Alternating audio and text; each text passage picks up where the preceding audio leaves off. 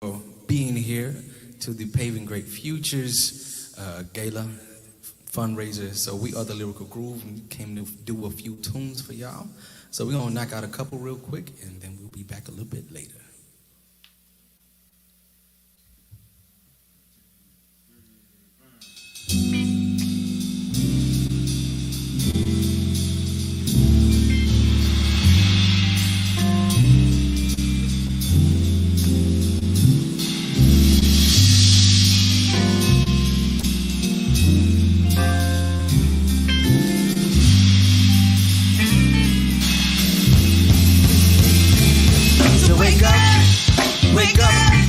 Wake up, and put this focus in your cup. So wake up, wake up, wake up, and put this focus in your cup. Wake up, wake up, wake up, wake up, wake up, and put this focus in your cup. Wake up, wake up, wake up, wake up.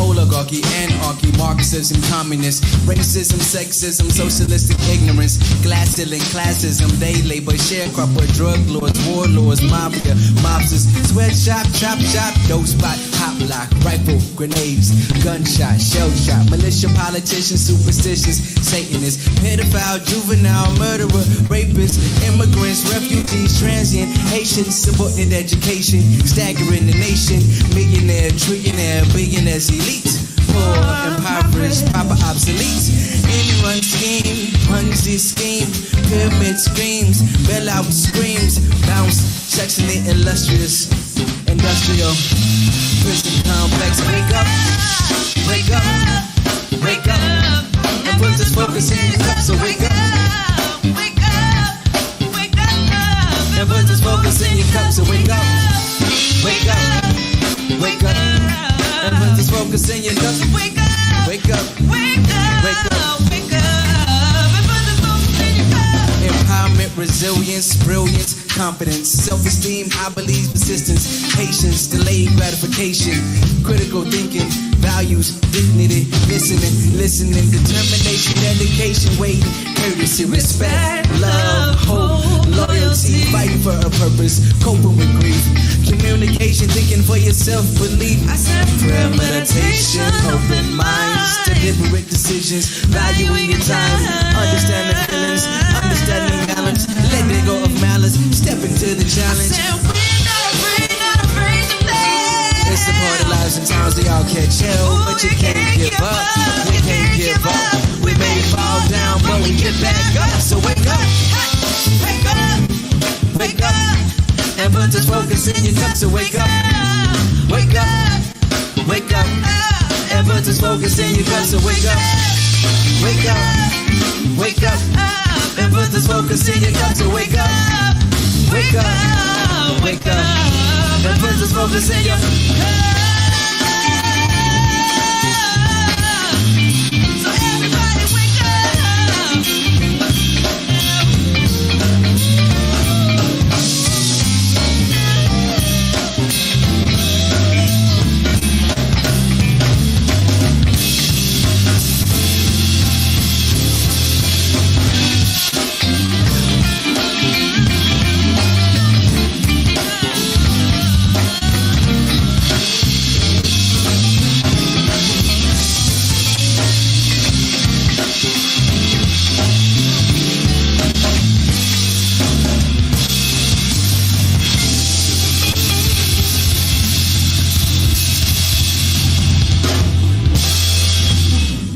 Wake up.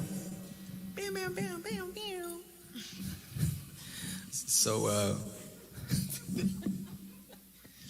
we got some sound effects in here. We need some. So, we hope y'all having a good time the other day. It's a very beautiful situation. We was happy that we got invited back. We got a chance to come last time, but y'all ain't get to put us on in time. But we ain't gonna talk about that. We have we all family. It's all good. It's a beautiful situation.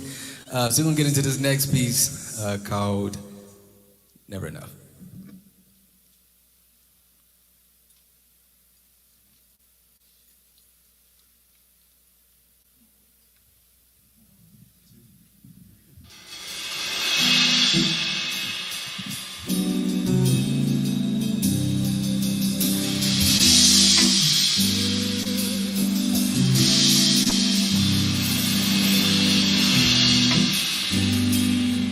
little something for anybody who's ever been in an unhealthy relationship. Hopefully this will get you right. I got a feeling when the sun begins to rise, you're coming back to me, even though I tell you lies. And I know you're reeling from the pain I put inside you. I can't help myself, it's never enough to love you. She wonders why his eyes always seem to wander. Ponders if his flesh has ever given in to the possibility, but never seemed to ponder the possibility of leaving. Believing eventually she'll be the reason he decides to change, but change had never been achieved inside no wishing well. But she's so accustomed to catching hell, it fits her like a glove. So much so, she can imagine it's not being love. And though she knows love shouldn't hurt like this, if love's not hurting, then she can't feel it. And if she can't feel it, then love's not appealing. And she's made so many appeals to celestial body, she's dang near deity. And she's cried enough tears she could have put her hell's fire. But her desire for someone to hold her has transformed her into a soldier. Stone cold, numb to love. But this wasn't the soldier of love Sade was talking about. PTSD should be a result of relationships. Love shouldn't make you want to be a suicide bomber. That's the kind of love that breeds Jeffrey Dahmer's. But I must admit, when we think that good love is in the equation, I mean, even a healthy can act insane. I got a feeling when the sun begins to rise, you're coming back to me, even though I tell you lies. I know reeling from the pain I put inside you. Yeah, I can't help myself, it's never enough to love you. So he likes to say he treats her like his daddy treated his mother, constantly ignorant to his wrongdoing, pursuing satisfaction over fortitude. In this case, the fruit don't fall too far from the tree, and he's nowhere close to the man he wants to be. But there's something about discomfort, the confident dysfunction that can make a world of wrongdoing seem like you're doing right. And he's so out of tune, he's not aware that he picks fights just to justify him staying out all night, committing a wickedness and infidelity, so he don't have to think about the bull he's selling, see. And she's steadily hoping that the image she sees in the mirror will console her, cause he ain't around to hold her. And for whatever reason, she seems to think that she is getting what she's needing. Hey, yeah, I got a feeling when the sun begins to rise, you're coming back to me, even though I tell you lies. I know you're reeling from the pain I put inside you, but I can't help myself, it's never enough to love you. So we know love ain't easy, but we all looking for it.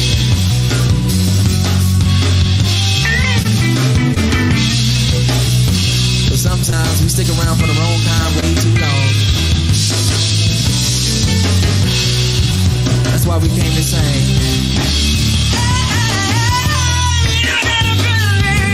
When the sun begins to rise, you're coming back to me, even though I tell you lies.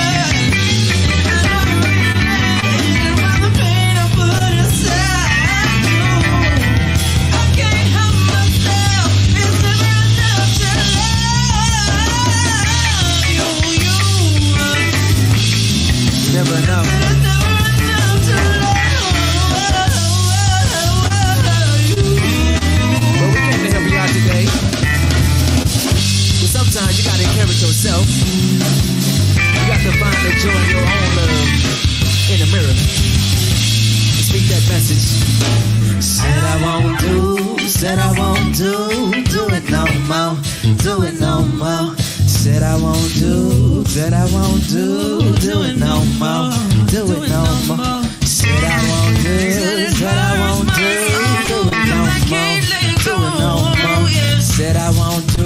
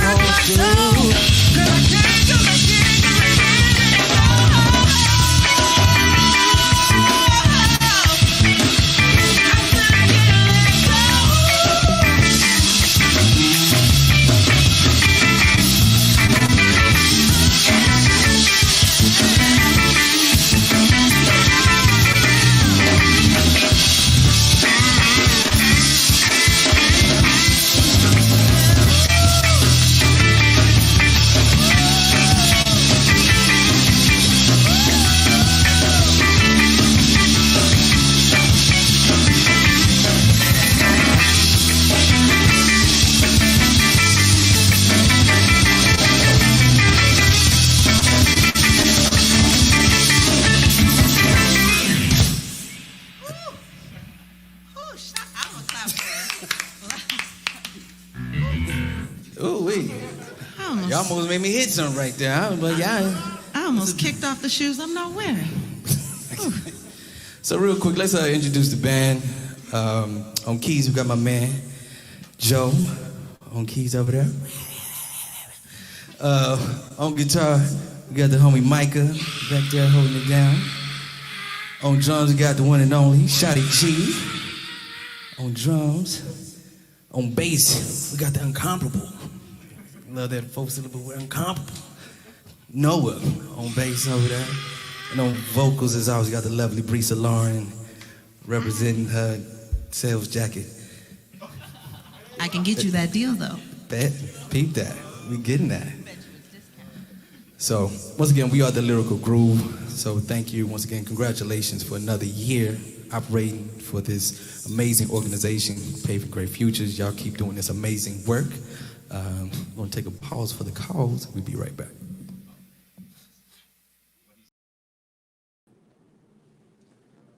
Good evening, and good evening.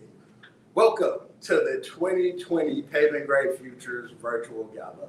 My name is Barry Harris Jr., and I serve as the president of Paving Great Futures. We're coming to you live and direct from Saquon Casino on this beautiful evening of Saturday, December 5th, 2020. We want to recognize Saquon, who's been a very significant partner, an outstanding contributor to Paving Great Futures over the years, and we just want to say we're very grateful for all that Saquon has done for the organization. Now, this has been a historic year in the life of Paving Great Futures. Like many of you, we've been extremely impacted by the global pandemic, COVID-19, of course. Despite being unable to physically be with our participants the way we really want to a lot of the time, and just being able to be physically with the community the way we want to, we've had to pivot and we've had to get creative to continue to service our community.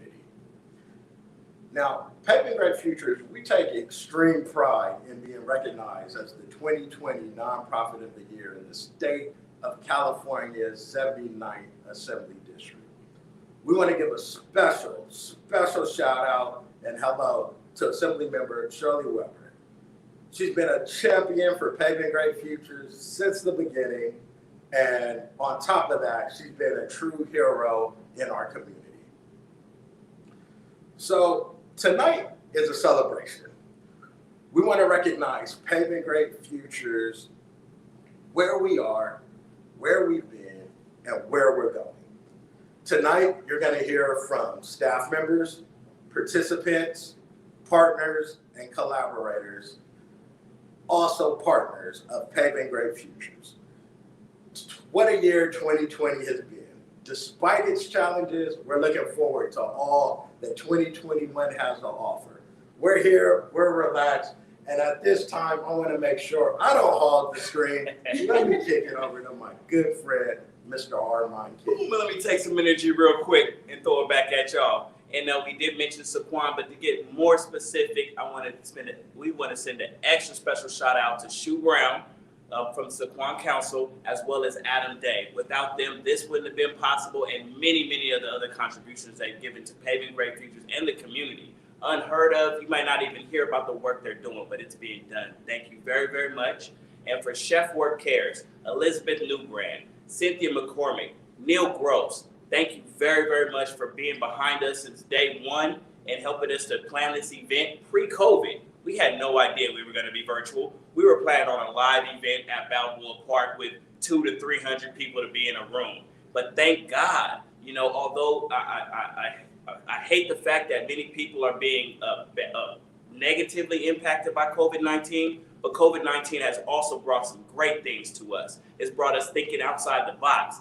We would have never been able to reach out to this many people. You wouldn't have been able to attend this event in Brazil. We have people tuned in all across the world right now. So COVID-19, thank you for making us think outside the box. Thank you for the Chef Work team for planning this event from the beginning. We are greatly appreciative. All right, so hello everyone. As much as we wish we could see your beautiful smiles and faces, we had to settle for virtual, but nonetheless, Sit back, get comfortable, grab your popcorn. This is Paving Great Futures' first ever virtual gala.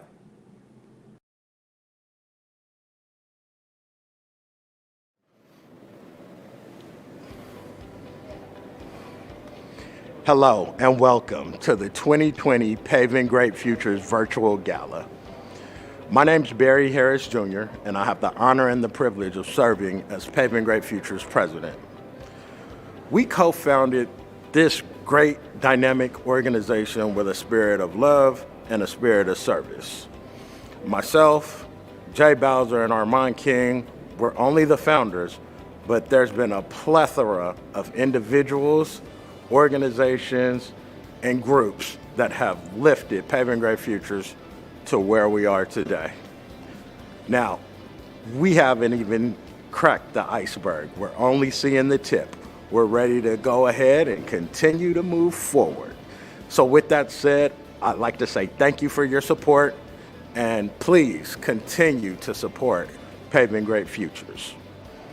At Paving Great Futures, our mission is to increase the health and wealth in underserved communities in order for marginalized and at-risk individuals to thrive socially, economically, and politically.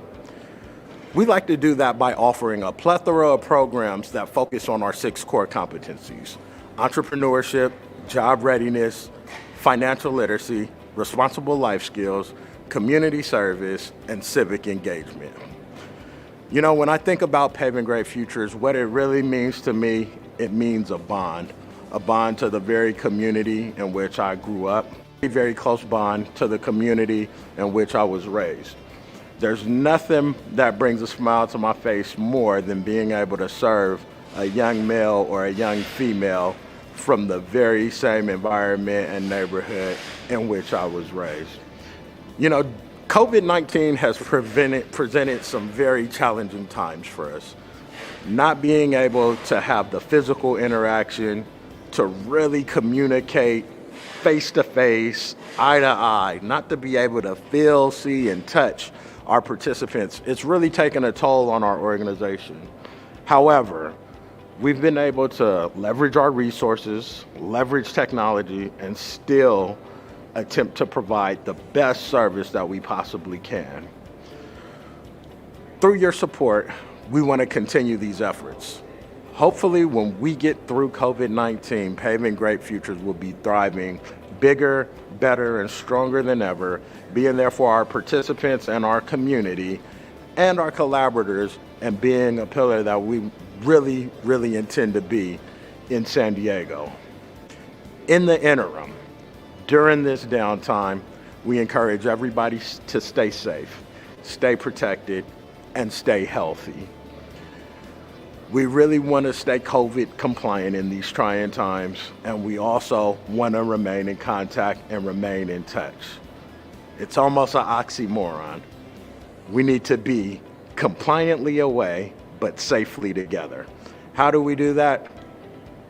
Through leveraging technology, using the telephone lines, and all of the other things that keep us connected here in the 21st century. Again, my name's Barry Harris Jr. I serve as the president of Paving Great Futures. Thank you for your time. Thank you for your support. And we look forward to seeing you again next year.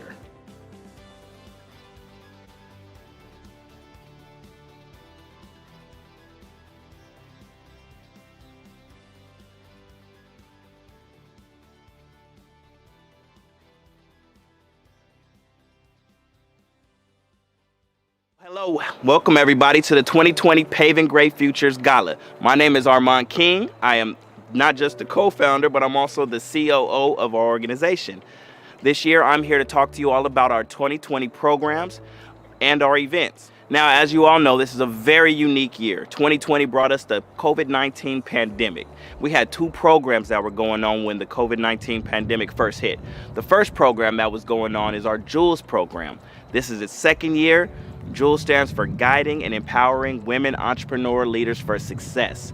When the pandemic first hit, we were already almost complete with this cohort. We had about 2 more weeks, and like a lot of the things we were doing with the organization, we had to act fast and pivot. And so the pivot move from there, from being live and in person, was for us to do it virtually, and which we did and completed the program. JULES was one too strong to be broken by any pandemic. The second program that was new to our organization this year, that was in existence when the pandemic first hit, was our HIRE program. HIRE stands for Helping Individuals Retain Employment. We launched this program based off of a grant we got through the Department of Labor, and we were challenged with getting 18 to 24-year-olds that were formerly incarcerated, be it for a day, be it juvenile probation, be it as an adult. Our job and our task was to get them and help to shift their minds into a level to be ready for employment, to be ready to further their education, get certifications and other valuable things that will help them uplift their lives.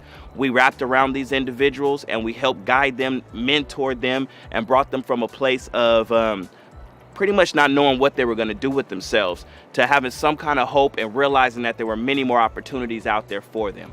That program was in process right when the pandemic hit, which also created some challenges because dealing with this delicate population, it was very crucial for us to be in their lives in person. A lot of them weren't used to using technology and weren't ready for Zoom like the rest of the professional world.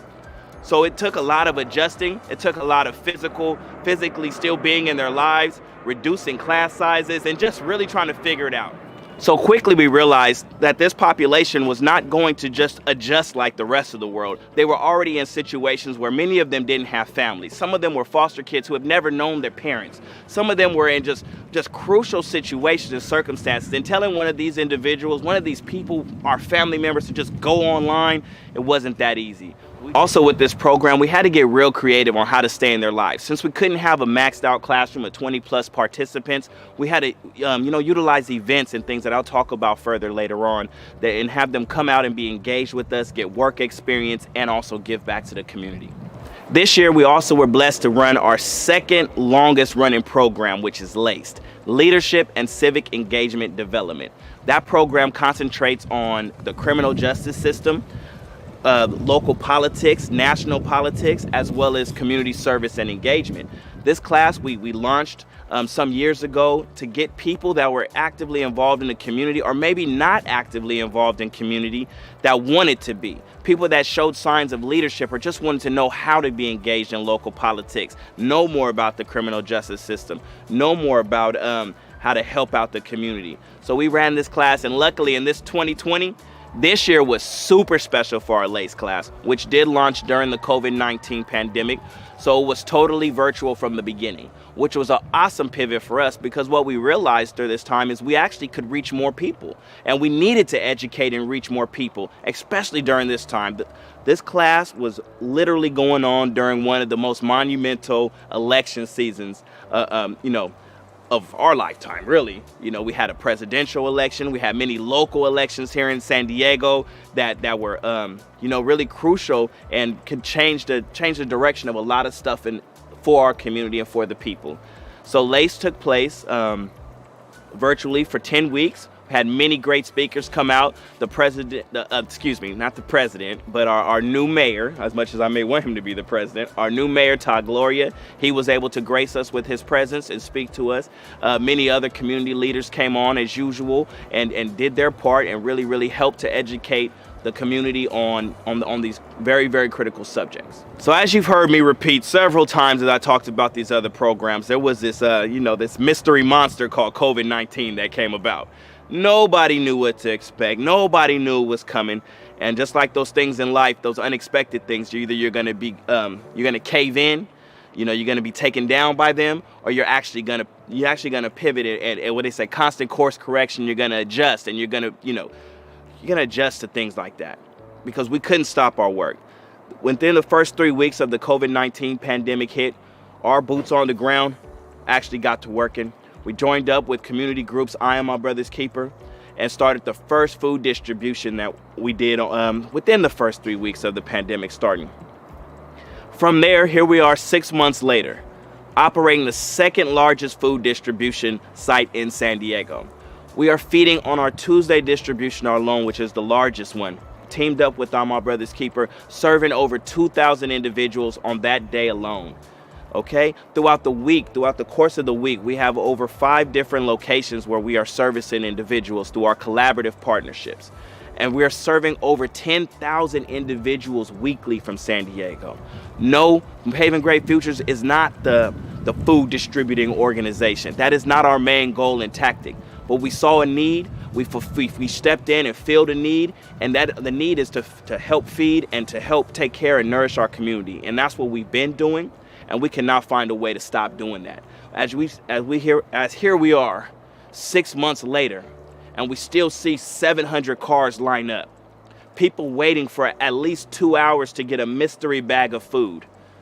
There's nobody in the world that would wait 2 hours for a bag of food unless you needed it, not knowing what was in there.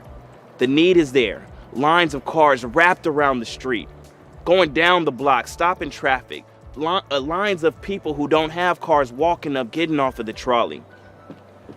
COVID-19 pandemic has produced, extra charge in us. You know, it made us see even more the things that the problems within the community. The pandemic didn't start them. They were already existing. The pandemic just overly blew them up. There was already food deprivation in our community. There was already lack of employment in our community. The virtual divide they talk about. Now that all the kids are at home and have to use technology to get educated, and finding out that there's not internet in a lot of spots. These problems already existed. COVID-19 exposed them even more and blew them up even more. So Paving Great Futures, who is here to serve our community in many different forms, we actually had to, grow even more, learn even more, and just figure out new ways to reach the people. And right now, our COVID-19 reliefs are still going on with food distributions on Tuesdays and Fridays. And also we do occasional hygiene product distributions, teamed up with great people like Westfield, and done 2 awesome what's called hygiene product distributions, because it's not just food people need, and it's not just hygiene product people need. In a time like this, people need a lot of hope and a lot of love. So when you come and you get that package, you're gonna get a smile, you're gonna get some love, and you're gonna get some good food. Also, want to thank the San Diego Food Bank and our friend Jim Florals for designating Paving Great Futures a super pantry. Super pantry being one of 20 plus pantries around San Diego that are designated to give out massive amounts of food to the community. Let that be a testament to the work we're doing with COVID-19 since it hit. So yes, I want to thank you all for taking the time to listen in more about what Paving Great Futures has been doing in the year of 2020. And hopefully you stay tuned in, because we're just starting. And 2021 is going to be epic, thanks to people like you.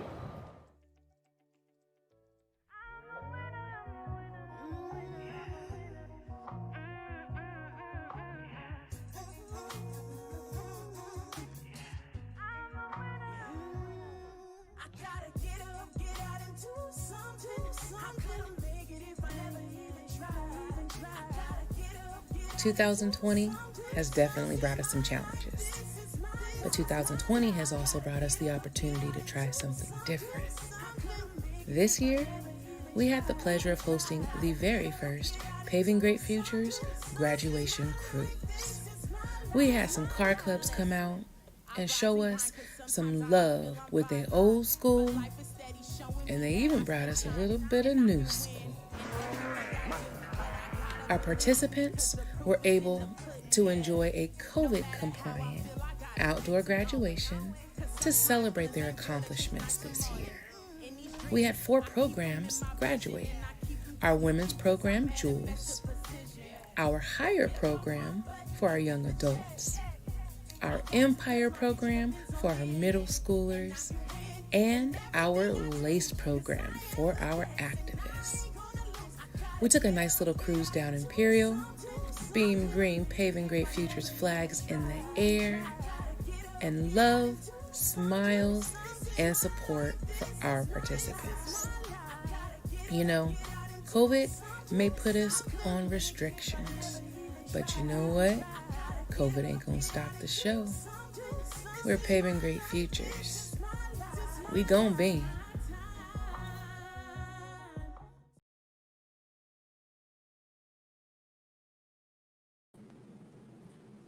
Yes, welcome back. So every year with Paving Great Futures, we have a business plan contest. You know, we develop entrepreneurs. So we have this thing where we teach people how to write a business plan, what the concept of a business plan is, and the importance of planning. Right? If you fail to plan, you plan to fail. So every year we give out a business plan or award for whoever writes the best plan. This year we were honored to award somebody. Man, I don't even know how to announce her. I'm just lucky to know her, work on the side of her. She is a queen, a true pillar of the community. And luckily she attended the Jules program this year. Jules Guiding, Empowering Women Entrepreneur Leaders for Success. Her name is Maria Muhammad, and she wrote the best business plan. Honored to have her. Go peek of blue. I see you. That's your girl. Thank you. Welcome, Maria.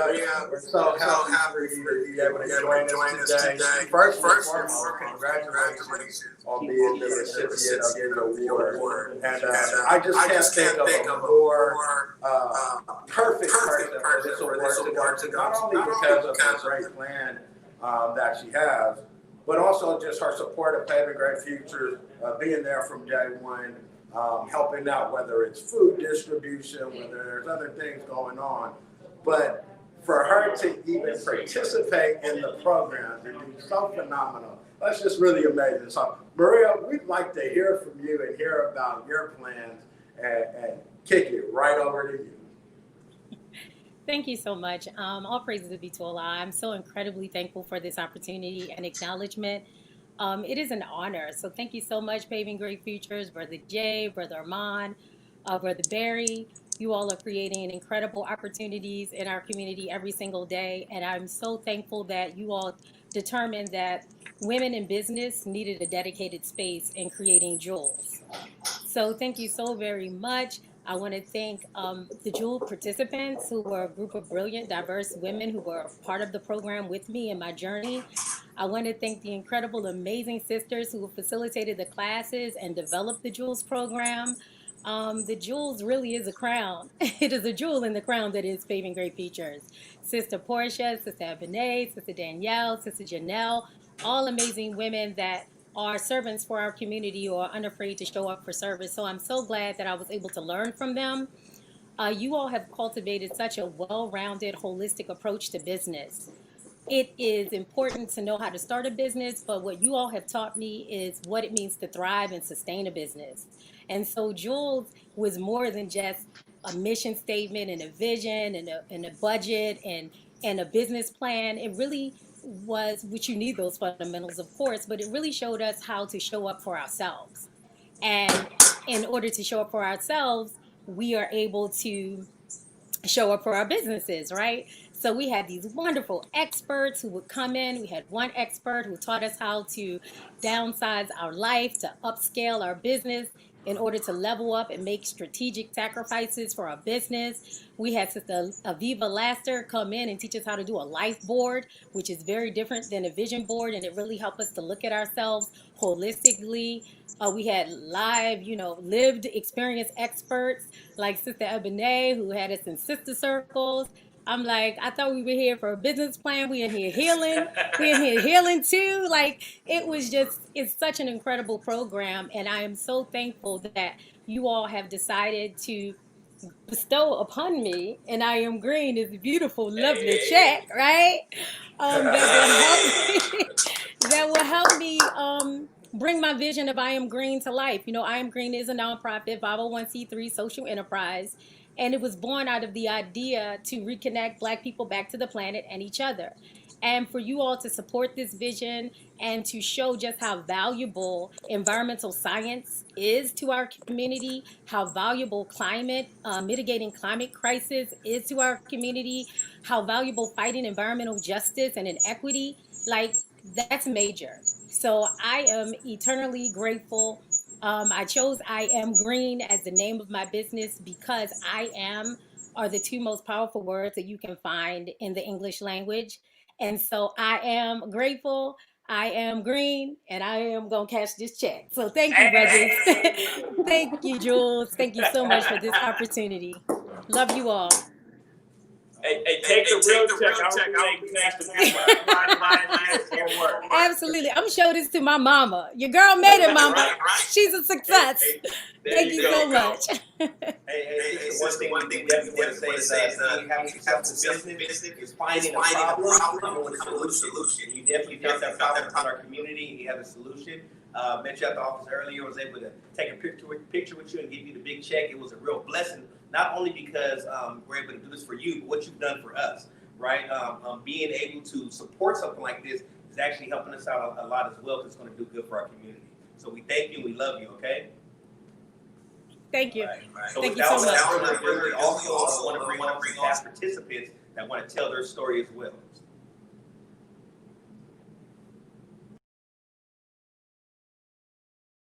Hi, I'm Charlita Young. I am the co-owner of Black Vibes out in Tucson, Arizona. We sell everything from soul food, seafood, any kind of food. All of it's good. All of it's amazing. Found out that there was a nonprofit, that helps the community. I actually had a friend who was going through the first program, ended up being my husband. But I met him he went through the first program. I ended up graduating from the third program. Everything was just amazing. They taught me everything from the business side. I already worked in the restaurant industry. I was always a server, hostess, but I never thought about running or owning my own business. I always thought I would really be working for somebody all my life. I didn't graduate high school. I didn't graduate college. I actually got my GED. Me thinking that I'm going to run and own my business, it was far out. But went through their program, figured out that it's not as difficult. It is a process that you'll have to go through, but went through that whole thing and came out as a graduate of the CHAMP class. Like I said, it opened my mind. Oscar Black, from the original CHAMP class.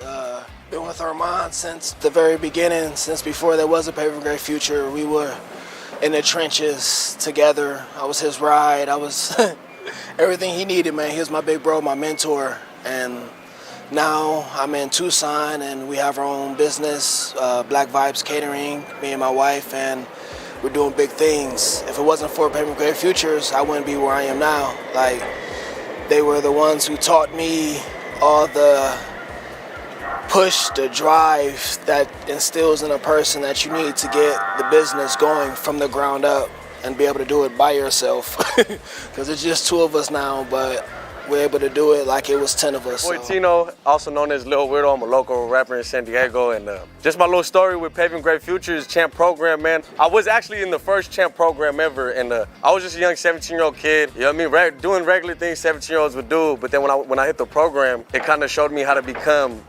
basically a man, like I was already on my way to becoming a young man, but it taught me about investments and assets and liabilities and a whole bunch of stuff that you would want to know as an adult, you know what I mean? And I was a young 17-year-old kid soaking up game with everybody else right here, so I still use everything they gave me to this day, you know what I mean? And the CHAMP program is a big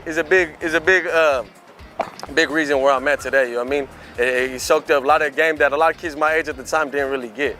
So now where I'm at right now, I came to come support back. You know what I mean? They supported me when I was down and out and showed me the game, so I had to come back and give some game too, and also just pass out turkeys and give a lot of love, man. So the CHAMP program is definitely where it's at. It's a good program, and Paving Great Futures is a good program, man. They just always looking out for people, and that's why I had to come back and look out for them too.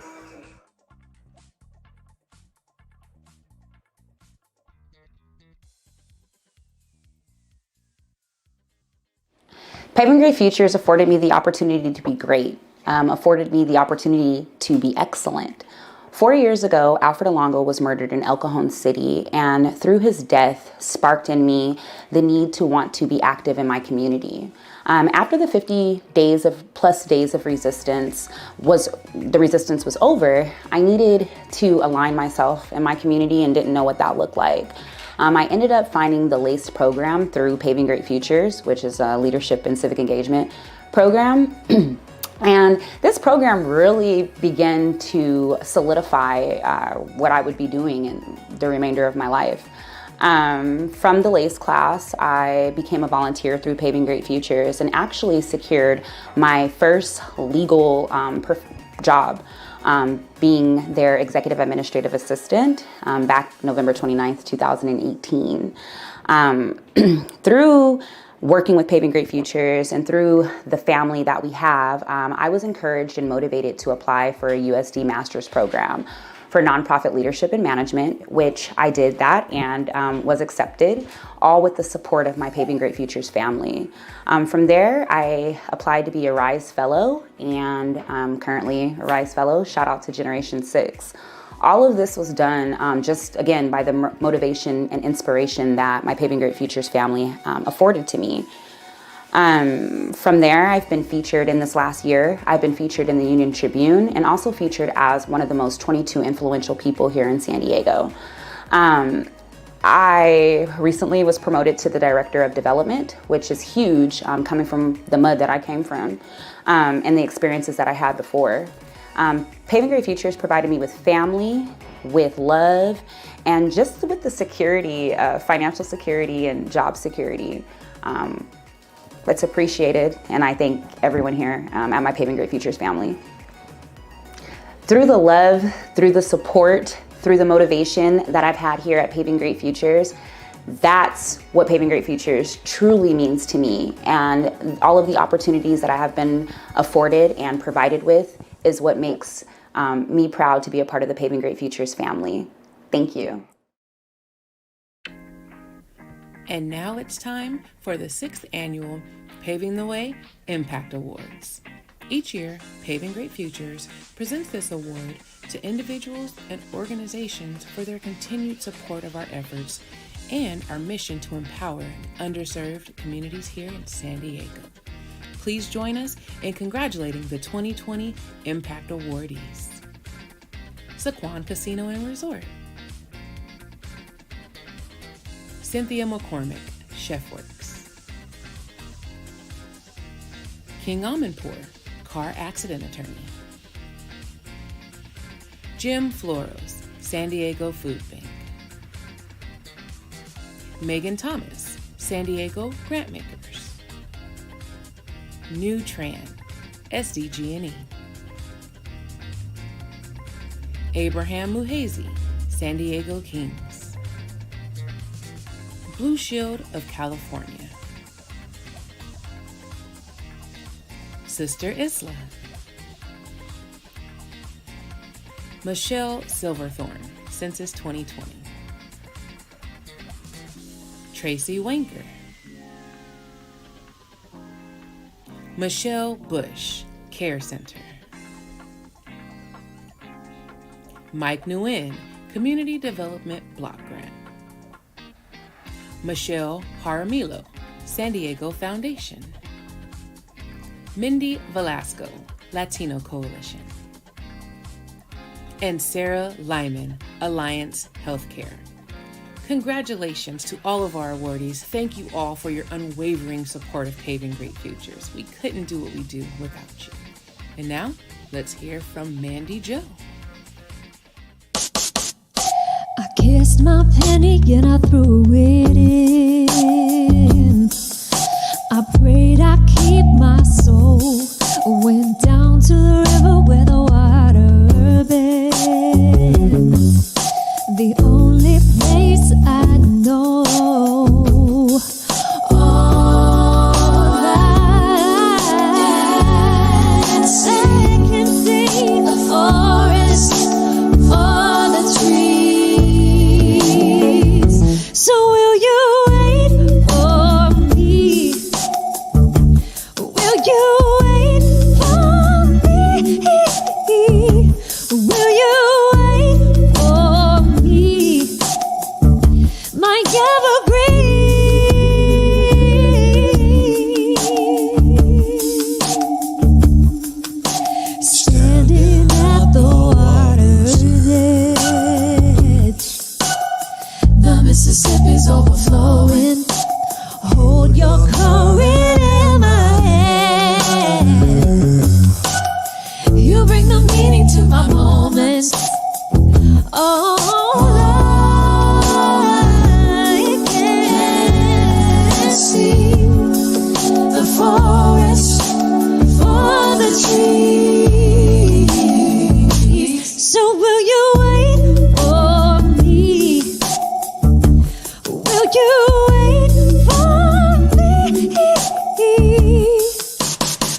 you wait for me?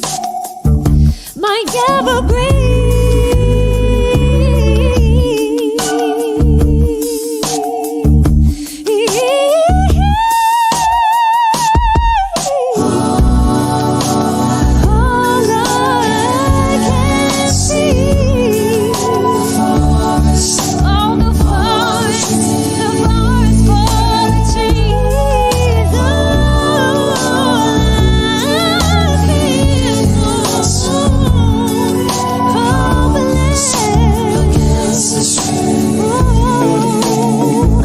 So will you wait for me, my evergreen?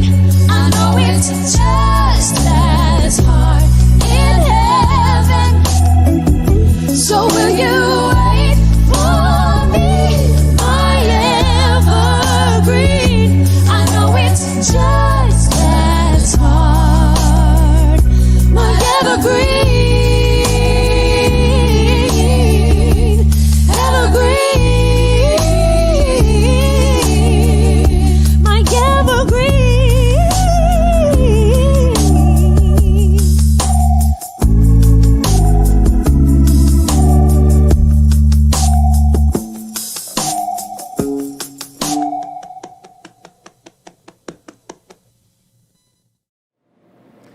How's everybody doing? My name is Jay Bowser, co-founder and CFO of Paving Great Futures, and I'm here to talk about what an amazing lineup we have coming for next year.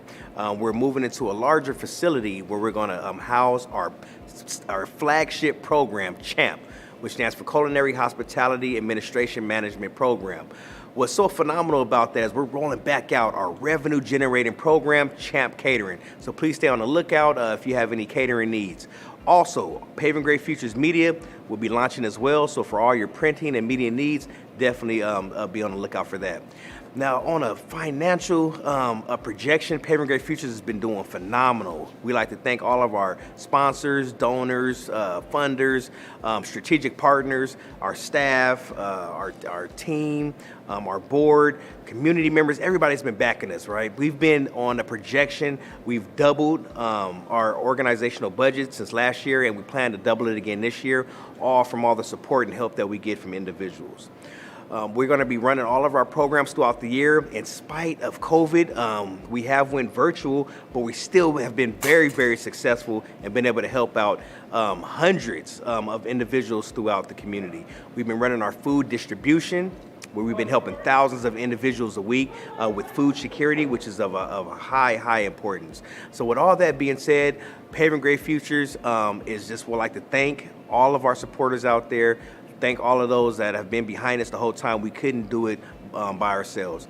Just a testimonial, something that really hits close to home is that, you know, I was one of those young boys in the community growing up, and a program like this would have been so helpful in guiding me on the right path to learning how to become an entrepreneur, becoming more financial fit and financial literacy, and being taught all those great things that creates a whole wraparound individual such as life skills.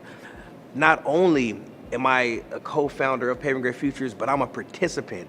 Over these last 7 years of running Paving Great Futures and being a part of this and working with such an amazing team, it's helped me grow into a better father, into a better man, into a better community leader.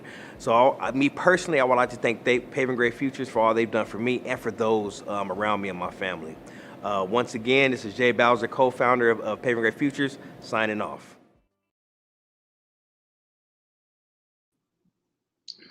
Good evening. I am Michael Brunker, Vice President for Mission Advancement for the YMCA of San Diego County, where for 22 years you probably know me as the Executive Director of the Jackie Robinson Family YMCA. It was there that I watched Paving Great Futures grow from concept to being named California Nonprofit of the Year in 2020 by Assemblymember Dr. Shirley Nash Weber for its various programs, events, and overall mentorship that provide a culture of positive guidance and growth in underserved San Diego communities. I'm honored to return once again to ask you to support Paving Great Futures Call to Action Gala. Laced, Champ, Jules, Empire, CEO, Flip, and higher might sound like alphabet soup to you, but it was acronym programs like AAU, CYO, NYSP, PAL, and YMCA that helped protect me from myself as a kid growing up in Detroit. These programs would not be possible without partners like you. And if you listen closely to what Jay Bowser just said, Paving Great Futures is excited to be entering into a strategic alliance partnership with the Jacobs Center for Neighborhood Innovation and will be moving their entire operation on site in 2021. Now, you can give now and support this big move by first off sharing this broadcast with family and friends and give. We are currently at $125,292, but let's get this to $200,000 tonight by texting 2020 CHAMP to 44321. The instructions are right on the screen now. Let's get it going if you can. And speaking of right now, I'm excited to welcome Adam Jones, who will tell you how programs in southeastern San Diego, like Paving Great Futures, played an important role in his life. Adam, thank you for joining us tonight. Oh, you're welcome. Thank you. I haven't seen you in a while. It's good to see you. It is good to see you. Yes, yes. As I know, time is obviously of the essence. What Paving, like you said, you hit it right on the head. What Paving Great Futures is doing right now is nothing short of amazing. It takes special people to want to give back. It takes special people to want to help. Their brothers, and at the end of the day, as the human race, we're brothers and sisters. So it takes really good people, and I'm glad that myself, you, and many, many people who have donated and participate in every event. Most respect goes to that, and I want to pledge personally $10,000 myself. Wow. To hopefully go towards and continue, not just go towards, to continue the great work that Armand is doing and the great staff that everybody's just doing. So, I hope that the goal is reached, and I hope that, I'm doing something positive and influencing a lot of other people who are watching this and who have the reach to hopefully dig in their pockets and, give what they can, because the money is going towards something great, and it's going towards bettering our community, not just bettering, individuals, bettering our community and our next generation. And Adam, when you talk about giving, and thank you so much for this amazing gift, and we're hoping others will exactly match it or maybe double it if they can. But tell everybody where your career took off to from Southeast San Diego. Where'd you end up going? And tell everybody that story briefly if you can. Well, I mean, I'm from Southeast San Diego. Grew up around South Crest. Grew up playing at Little League at Memorial. Played at Paradise Hills. Went to Morris High School ultimately, and graduated, and then got drafted by the Mariners. Played a couple years in the minor leagues and was good enough, and I worked hard to fight my way up to the major leagues at 20, and got traded to Baltimore early in my career at 21, 22, and had 11 years in Baltimore, and made a good name for myself, and did a lot in the community though, because Baltimore is a heavily populated African American city, and going there, I knew that, and it was a match, just a perfect match for myself and my philanthropic efforts. And then last year was in Arizona, and I signed a 2-year deal to go over to Japan. And I spent the last 10 months in Japan, and I've been home for about a month now. And it's been what a great experience. I have another year to go out there. So I just, can't wait to possibly, just go back out there, and hopefully all this COVID stuff goes away, and, continue to share this amazing journey of sports with my wife, my kids, family, and hopefully they can get over to Japan next year and be able to really share the fun and all the food and all the just culture that we've had to experience over the last 10 months. Well, Adam, we appreciate you. We're all so proud of you and all that you've done. And we know that every time you did return to San Diego with whatever team you were playing for, you made sure that all the kids in Southeast San Diego got tickets, or if you had clinics for them, you always made a connection like that. So we want to thank you and your family for your transformational gift. And we're going to look for others to, once again, like I said, match yours or maybe do more. So thank you again. So speaking of doing more, it now gives me great pleasure to introduce our moderator for tonight's action panel, Tony Gwynn Jr. For me, it's difficult to hear the voice of Tony Gwynn Jr. and not think of his Baseball Hall of Fame father, Tony Gwynn, who I coached at San Diego State on the Aztec basketball team in 1981, and his mother, Alicia, who is on tonight's action panel. Both Tonys sound similarly, but little Tony has blazed his own trail in the sport of baseball. An 8-year Major League Baseball veteran, graduate from San Diego State, radio talk show commentator, and Padres TV analyst. But most important to the entire Gwynn family, Tony and his wife, Elise, have 4 children, 3 daughters, Michaela, Jordan, Layton, and a son, another little Tony, Anthony Keith Gwynn III.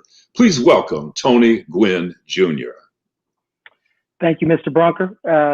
Good evening, everyone. And I think what we have in front of us right now is an extremely important conversation. This action panel is as good as it gets. And so what I'll do is I'll introduce each individual. I'll give them 2 minutes to introduce themselves, and then we'll get into the conversation. As I said, this panel is as good as it gets. So we'll start with Chef Jeff.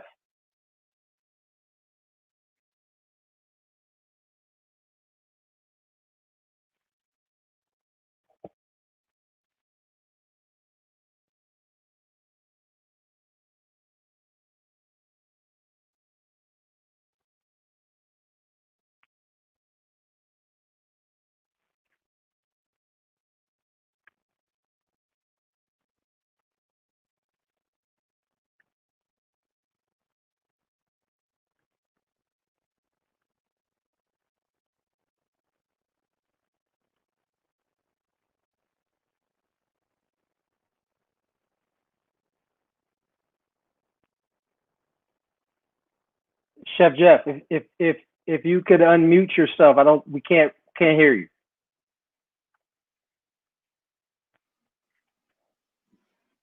How's that? Test mic. There you go. Can you hear me? We can hear you. All right. Yes. All right. Here's the quick open here. So my name is Jeff Henderson.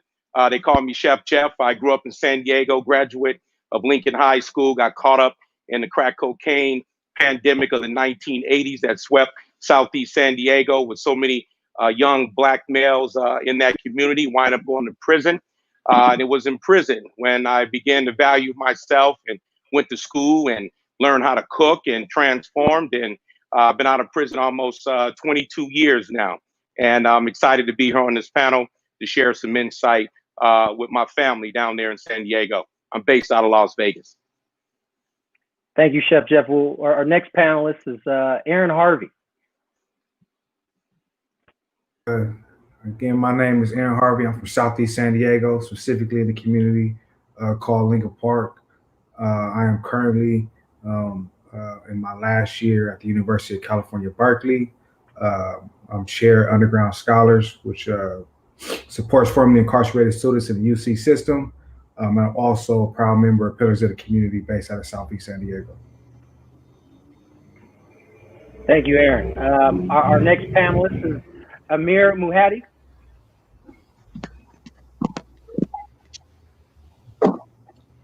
Hello, can you hear me? Yes, we can. All right. 1 second, sorry.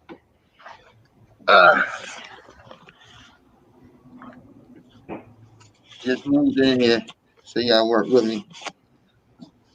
And my name is Amir Muhadis, formerly known as Loon from Bad Boy Records. Just recently returned to society 4 months ago for doing 9 years in federal prison. And basically, you know, I'm very, very honored to be a part of anything that affects change, anything that brings awareness, you know what I'm saying, or any relevance to what's going on in society today in regards to, you know, like the chef said, and I also grew up, born and raised in Harlem, New York City, crack epidemic, crack era, you know, I made a transition like that. And living a different lifestyle, contrary to the lifestyle raised. And that story, those experiences can be of any benefit to anybody today. And this is something that I'm definitely adamant about, being part of. Thank you, Amir. Our next panelist is Professor Paul Khalid Alexander.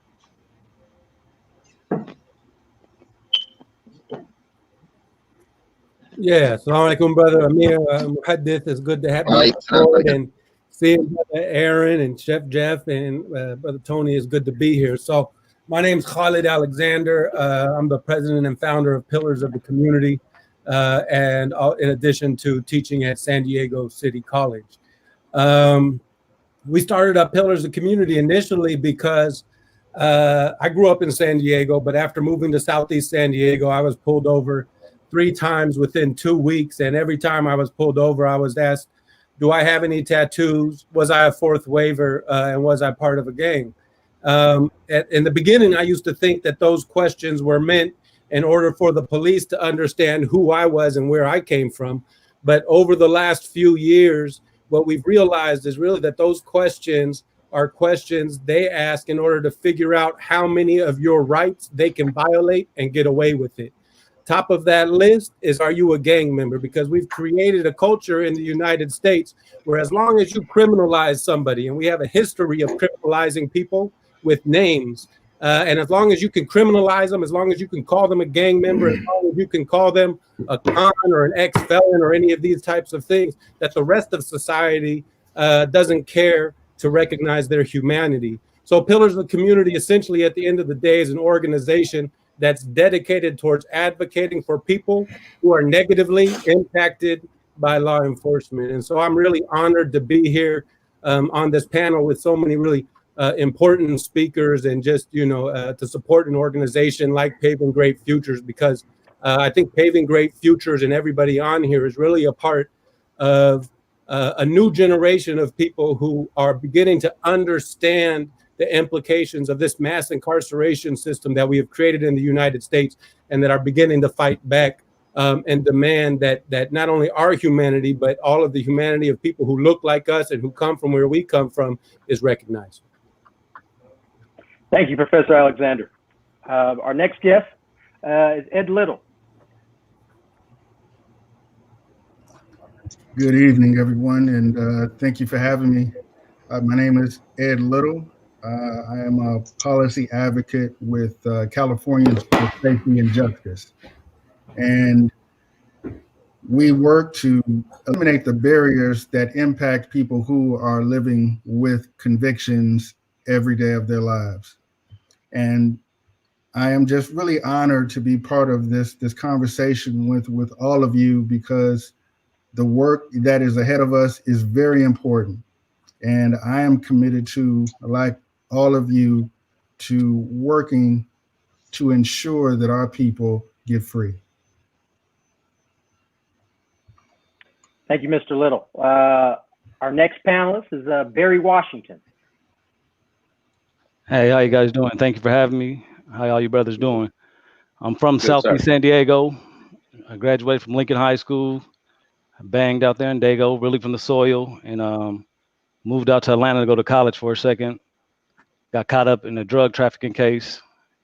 Just came home in January 2020. And, from being in the inside of the belly of that beast, you just have a whole different perspective on life. And I'm ready to just make some changes and be an asset in anything I could do to help out. Thank you, Mr. Washington. Our final 2 panelists, we'll start with Dr. Alicia Gwynn. Everyone, I am Dr. Alicia Gwynn, and I am the president of the Tony and Alicia Gwynn Foundation, and I'm probably more on the preventative side, because what we do is my son and I, your host Tony Gwynn Jr., we work with the underserved in the community, the underserved children, trying to get scholarships. We give them scholarships to play baseball. We make sure that they have what they need. Not only with baseball, we work with character education with them. And so we're really mostly on the preventative side when while they're young. Thank you, Dr. Gwen. And last but not least will be Assembly Member Dr. Shirley Weber. Thank you for the being here with all of you. It's really my honor and pleasure to be here. I am Assembly Member Shirley Weber. I'm a 40-year professor at San Diego State University, the founder of Africana Studies, and have interacted with a number of you that are on this panel, and I'm just really honored to serve with you. I've been in the legislature since 2012, elected to serve the 79th Assembly District, the first African-American south of Los Angeles to actually serve in the legislature in any statewide position. And I take that as an honor to represent the vision and the perspective and the needs of this community. My legislation has touched many of your lives because not only have I dealt with education, which is my passion, but probably for the last 4 years, I have been working on legislation to deal with the judicial system. I've authored the bill that deals with racial profiling. I'm the author of the bill that deals with the use of lethal force. I've done the bill that basically takes the gang list out of the hands of the local police and provide some accountability and ability to take that off the records of a significant number of young men, and now working on 182.5 to completely eliminate it from the books completely. I'm also the author of reparations bill that will basically bring reparations to California for those of us whose parents were enslaved, and the impact of that continues.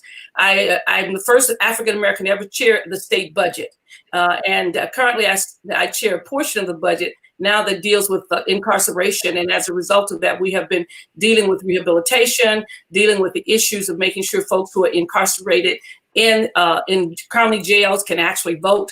I'm the co-author of Proposition 17 that some of you know, that basically allows those who are on probation to basically be able to vote, and those who are on parole can vote now. And so I've been working on these issues because they're very important issues, and they have captured a significant number of African-American men in our state and our nation, and taken them and put them in positions where they're not in control of their own lives. And so my task is to try to eliminate those laws that basically have been a disadvantage to us, and to reduce the prison population in any way that we possibly can. When I became chair of the budget, there was 180,000 people in prison in California, the largest prison system in the world. We currently have 90,000. Our goal is to basically make it even lower. We will be closing one prison this year, and we're slated to look at closing another 4 to 5 in the next 3 to 4 years. So I'm one trying to correct some of these problems that exist out there, and I'm really honored that you have asked me as a citizen for San Diego to really serve this community and to try to make a difference from the legislative point of view. So I thank you very much for having me on this panel this evening. And you've done an outstanding job, Dr. Weber. Let's get into the discussion. Obviously, there's 8 panelists here. So what I'll do is I'll ask the question, I'll direct it at a few of you and give you some time to answer. Clearly, the criminal justice system has had an impact on a lot of the lives that are on this panel. And the first question will go to Chef Jeff, go to Mr. Harvey, and it'll go to Mr. Muhadis. What personal experience do you have with the criminal justice system, and why is this topic important to you? We'll start with Chef Jeff. Yes. Well, my experience with the criminal justice system began in 1987. I grew up in San Diego and LA, originally from Los Angeles. I was there when crack cocaine first hit San Diego from the condos, 54th Imperial, Groveland, the Raha, and over in the coast in the hood, And as a youngster who graduated from Lincoln in '82, it just showed up. We didn't have passports. We never been across the Tijuana border. It showed up in the neighborhood. And as one of the brothers spoke earlier about San Diego PD, back in 81, 82, 83, they were jamming up young black men off the streets with Polaroid cameras, taking pictures of us and putting us on that gang wall in hope to get those enhancements when we call cases. So when I look back at my life now, I'm 56. I went in when I was 23 years of age. A lot of us were lost. I remember graduating from Lincoln but I didn't get a diploma. I got a certificate of a completion of 12 years of public school. But it wasn't until I went to prison when I really began to value education and had that psychological shift in the way that I think. So while I was in prison for 10 years in the Fed system, I was laser focused on decriminalizing myself and focus on, changing the mindset of many young men coming in the system back during that era. I've been out now 23 years, and I've been working with at-risk young folks in out of prisons all across the country, still doing some work down in San Diego to help these youngsters who got that hustle mindset. And we always try to say, keep the hustle, change the product. But our young people need to feel valued. They need to be part of the process in the conversation. But as we talk about criminal justice reform and shifting the way that we think in the community, we have to kill the criminal culture in our community. We really got to focus on that prevention piece and get our young folks, hopefully that they don't become criminalized and wind up in prison. So a lot more to say, but I want to pass the mic to some of the other brothers. Mr. Harvey. Kind of crazy as I'm sitting here listening to Chef Jeff. I've been hearing about Chef Jeff pretty much kind of like my whole life, growing up in the neighborhood of Lincoln Park. I believe, him and my uncle Kyle Winters grew up together, so to see him talk about the things and how they were criminalized back in the 80s, and then, fast forward to the 90s and early 2000s of my upbringing in the same community, getting tricked by the same Polaroid cameras. The police used to, we was 9, 10, 11 years old, walking to Dr. J's to get some candy and stuff, and the police would roll up on us and say, hey, take a picture, throw up an L and take a picture, and as we see years later, I'm getting indicted, right, off pictures and just from growing up in the community and not even committing crimes, right? So I don't remember a time in my life not having a very intimate relationship with the criminal justice system, a very something that we may call a domestic violent relationship with the criminal justice system. And if it wasn't for organizations in the community and trailblazers like Assemblymember Dr. Weber, I might still be in jail, right? So I could pass that on, but that's just a little bit of it. Mr. Muhammad.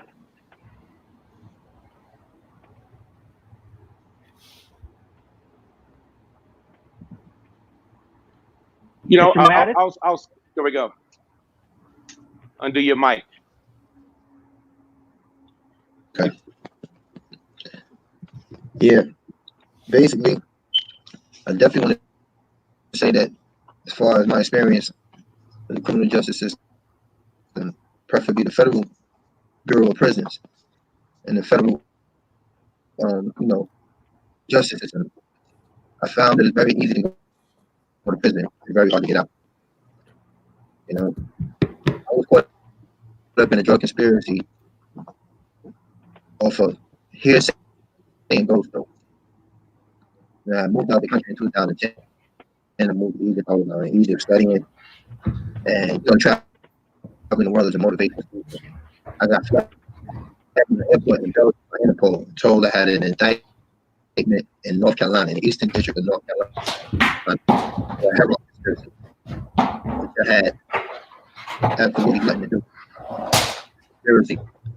But because, of this criminalization that we're mentioning, and the level that I was implemented, my experience led to a 14-year sentence or go to trial and suffer the trial tax, and I was given a life sentence.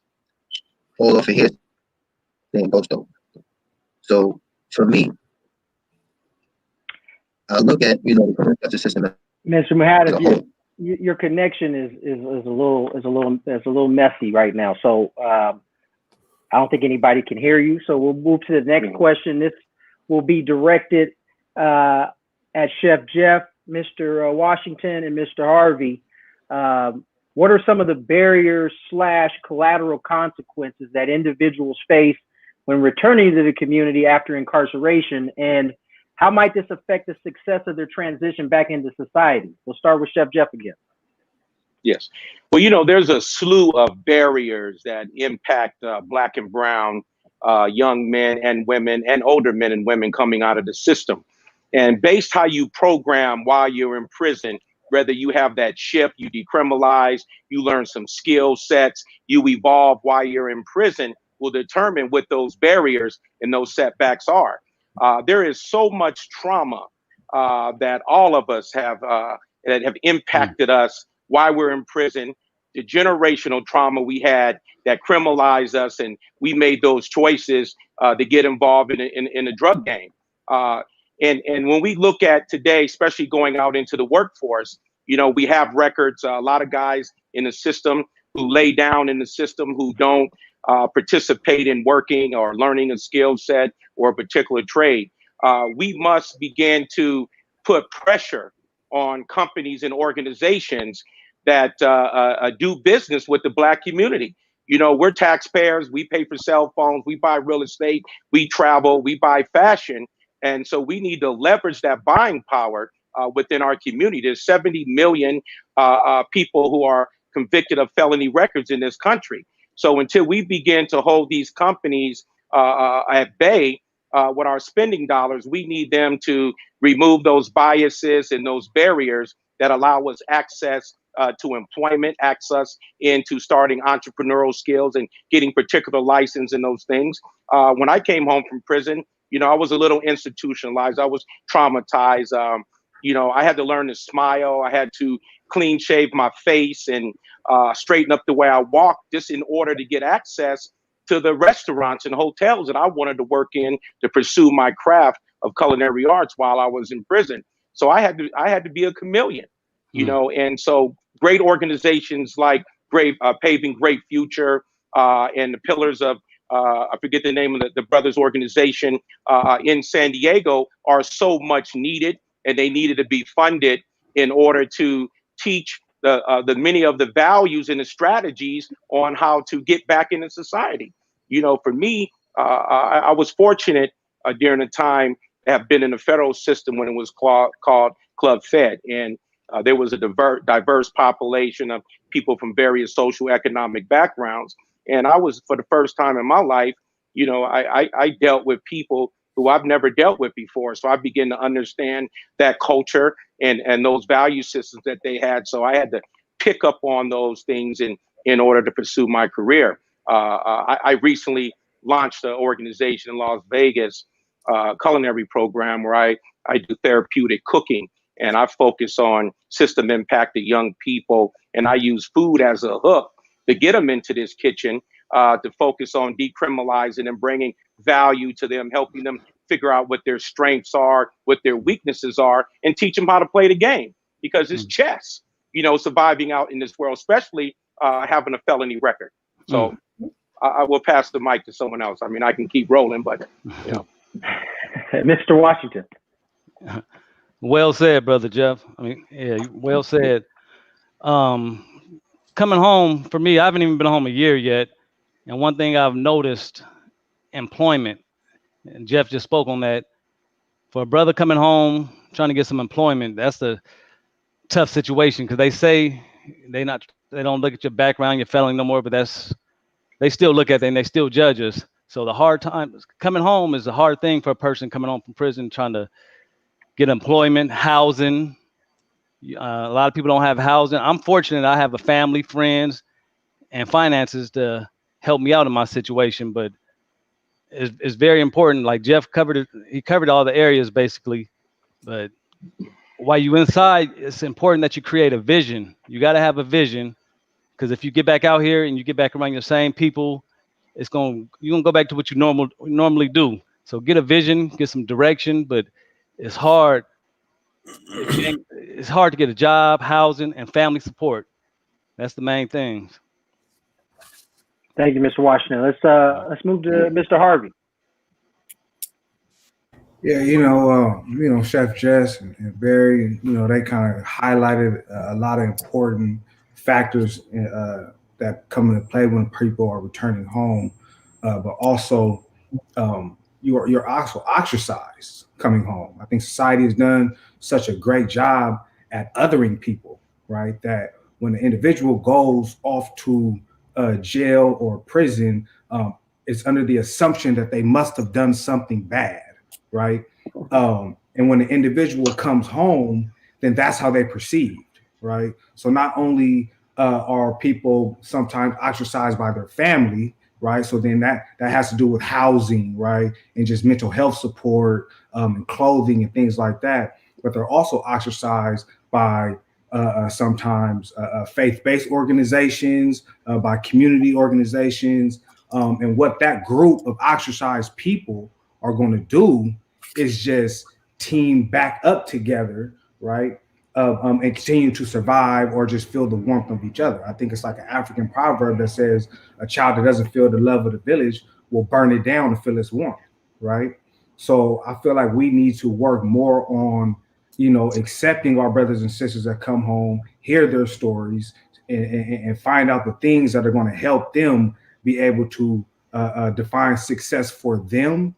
And then in return, those same individuals who may have been doing things in the community that some may perceive as negative, will be willing to turn that around and make sure other people don't fall in the same traps. So ultimately, I think, long story short, we just need to learn how to empathize with one another and just love on one another, and then all those other things will come into place. Yeah, so important. My next question is for Professor Alexander and for Mr. Little. How do you interpret visions of prison abolition and prison versus prison reform? Start with Professor Alexander first.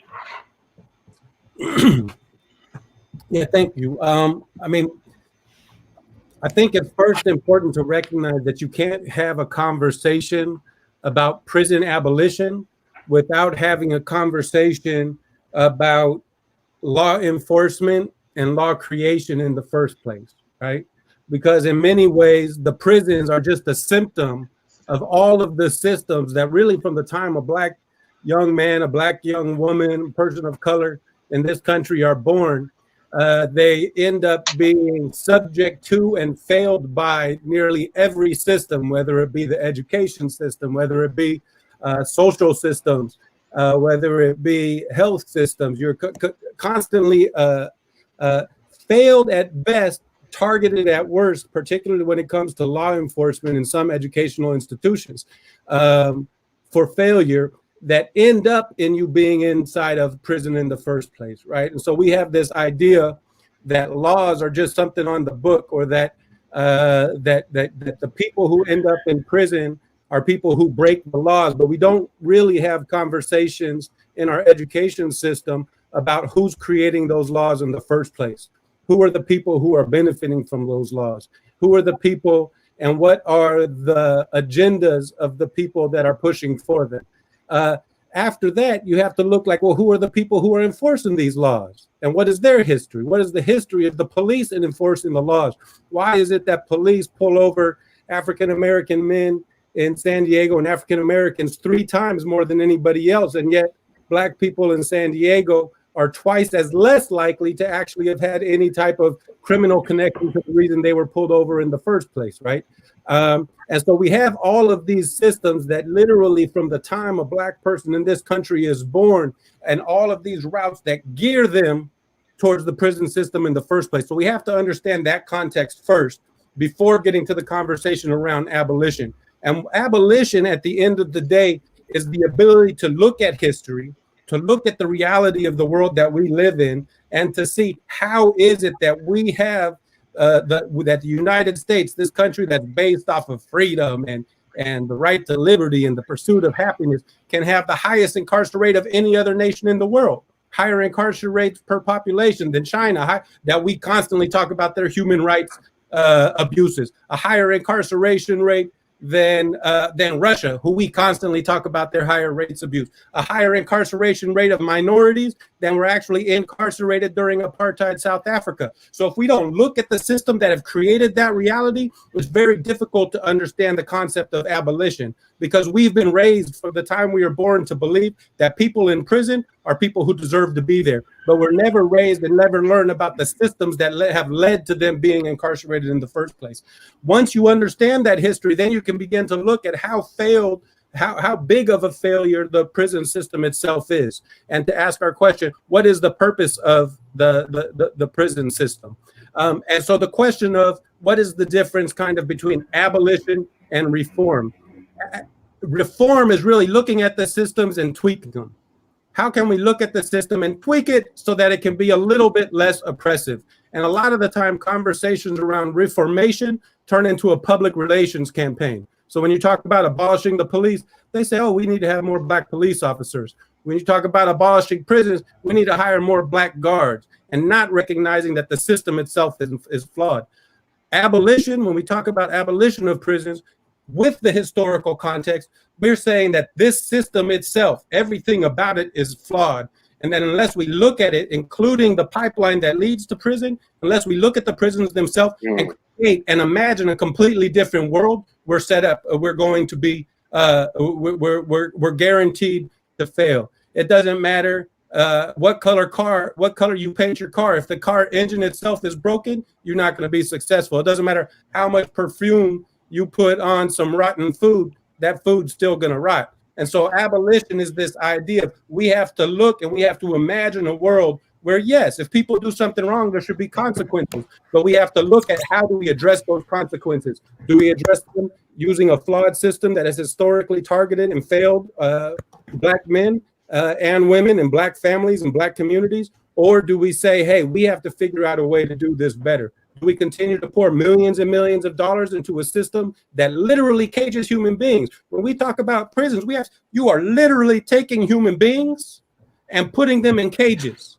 If everybody stood up right now and you put your hands out like this, you literally, in some prisons, don't have the ability to do that. You're in a cell that is, something like, some of them are like 5 foot by 9 feet. And you look at San Quentin and some of these prisons that have been along, and you have 2 people in there, you have a toilet in there, you have a shelf.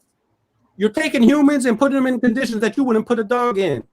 And then people want to reform that system. So abolition is saying the system itself is rotten. We have to come up with better ways to protect not only the people who have been unfairly targeted by the law enforcement, but also how do we protect the communities that have to live with and be a part of the people once they return. And so if we don't look at abolition as a real opportunity to imagine a better world, a world where people aren't oppressed and people are recognized as being human beings no matter what, then we're in a lot of trouble. Mr. Little.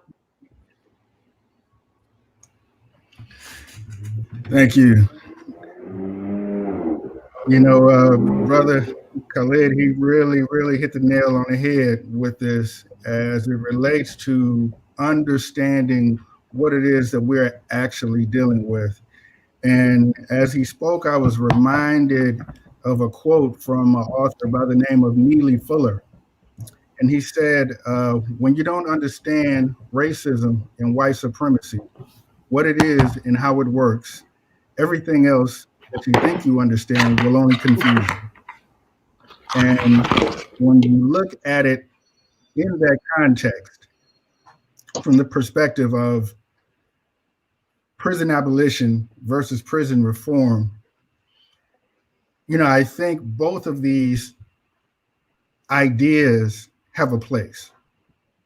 And, it reminds me of the debate between Malcolm and Martin. And we understand that Malcolm was about the humanity of Black people and about eliminating the oppression of Black people and not being subjected to the oppression wherever we were in this country. Then you have Martin on the other side, who wanted civil rights, who wanted to end segregation, who wanted integration, who wanted better quality schools and jobs and things of that nature. And it wasn't until both of these individuals had the opportunity to sit down and really think about what the other was saying, they realized that in the end, they wanted the same thing for our community, which is freedom from oppression. And what's interesting is when they began to work towards coming together, that's when systematically they were both assassinated. Why do I bring that up? Because in this fight to eliminate the oppression that we see from this legal system, both pieces of this puzzle are important. Abolition is important and reform is important. And I'll give you an example of what I mean by reform is important. When we think about the Chilean miners who were trapped in the mine and the mine caved in on them and they needed to get out. The objective was to get the miners out of the mine as soon as possible. However, the reality was while they were preparing the machinery to deconstruct the mine to get the miners out, they had to make sure the miners had air. They had to make sure the miners had water. They had to make sure the miners had food. They had to make sure that the miners had the necessities to survive in that condition until they were able to dismantle that condition. And when it comes to reform, that's how that process needs to be approached. Now, as it relates to both of these ideas in terms of abolition and deconstructing this unjust system from its root, we have to ask ourselves a couple of questions. Number one, who do we work for? Whether we're abolitionists or whether we call ourselves reformers, who do we work for? The answer to that question is those who are impacted by the system and their families and their communities. So then we have to ask our question, how do we view, how do we see these people? How do we categorize these people? We see these people as human beings. We see these people as our brothers, our sisters, our fathers, our uncles, our aunts, our cousins, our relatives who are enduring these unjust systems. Now, if both sides can agree on both of those pieces, then we have to ask the question, what do we want? That's where there happens to be some disconnect. But what we have to do is go back to the people who are most impacted by the system and ask those individuals who lived in the belly of the beast, what do they want? If we center the voices of the people most impacted in our work, whether we're working to abolish and dismantle this system at its root, or whether we're working to help individuals survive while we're working to dismantle the system, then we will be working and moving in the same direction and not working in cross purposes. And I think how you see whether or not a group is moving in the right direction is whether or not they center the voices of those most impacted. If those people who are most impacted by this system are at the center of their work, then you know that they're moving in the right direction, whether they're working to abolish the system or whether they're working to reform it until we can abolish it. Thank you, Mr. Little. We got about 5 more questions, and so I'm going to ask that you guys keep your answers to about 2 minutes or less. The next question will go to Dr. Weber and Dr. Gwynn and Mr. Washington. Why does the criminal justice system need reform, and is it possible to do so in this current political climate? I'll start with Dr. Weber. Well, clearly, there's a need for change, whether we define it as reform or abolition or whatever it is, because the system is not working. And in fact, the prison system is actually breaking the back of California. When you look at the amount of money that we place in the prison system, it is enormous. And I know a couple of years we added an additional $1 billion into the prison system while we were then fighting to find money to educate kids. And clearly the investment in educating children is much greater and in terms of the return than it is by putting people in prison with no thought that they would be rehabilitated and having a recidivism rate of about 70%. So it's a failed system. And everyone admits that it is a failed system. And that was very apparent recently in the election when people voted not to overturn Proposition 47 and 54, because those are the things that said we need to stop criminalizing everything people do. We need to have more rehabilitation. We need to do different kinds of approaches to dealing with folks when they basically made a mistake. And so I think people are ready for it, but we have to be smart about it, because at the same time, the public is ready for it. Those who enforce the laws, those who run the prisons, those who make their lives on incarcerating people are determined to turn the clock back. And so we are ever conscious of that. And I think the most recent election was evident of the fact that people want change. And we have to continue to be very specific and supportive of the change that's so essential that's going to come. We're going to see a lot of opposition to it. People are attacking our current governor for a lot of the reform he's done. Who's refused to basically execute people in terms of the death penalty. He's turned the machines off, removed the chairs and the tables out of San Quentin and other places, and people are angry about that because this is a society that likes to have a lot of punishment, and certain individuals do, and they make money on it. And when we close prisons, people talk about loss of jobs. They don't talk about opportunity for those who are coming out. And so we have to be vigilant and very careful and deliberate in it, because everything we've done has not increased the crime rate at all in California. And so it is possible, it is necessary, because we're spending an awful lot of money and wasting California money when we should be investing in the human capital and human potential. Dr. Gwen.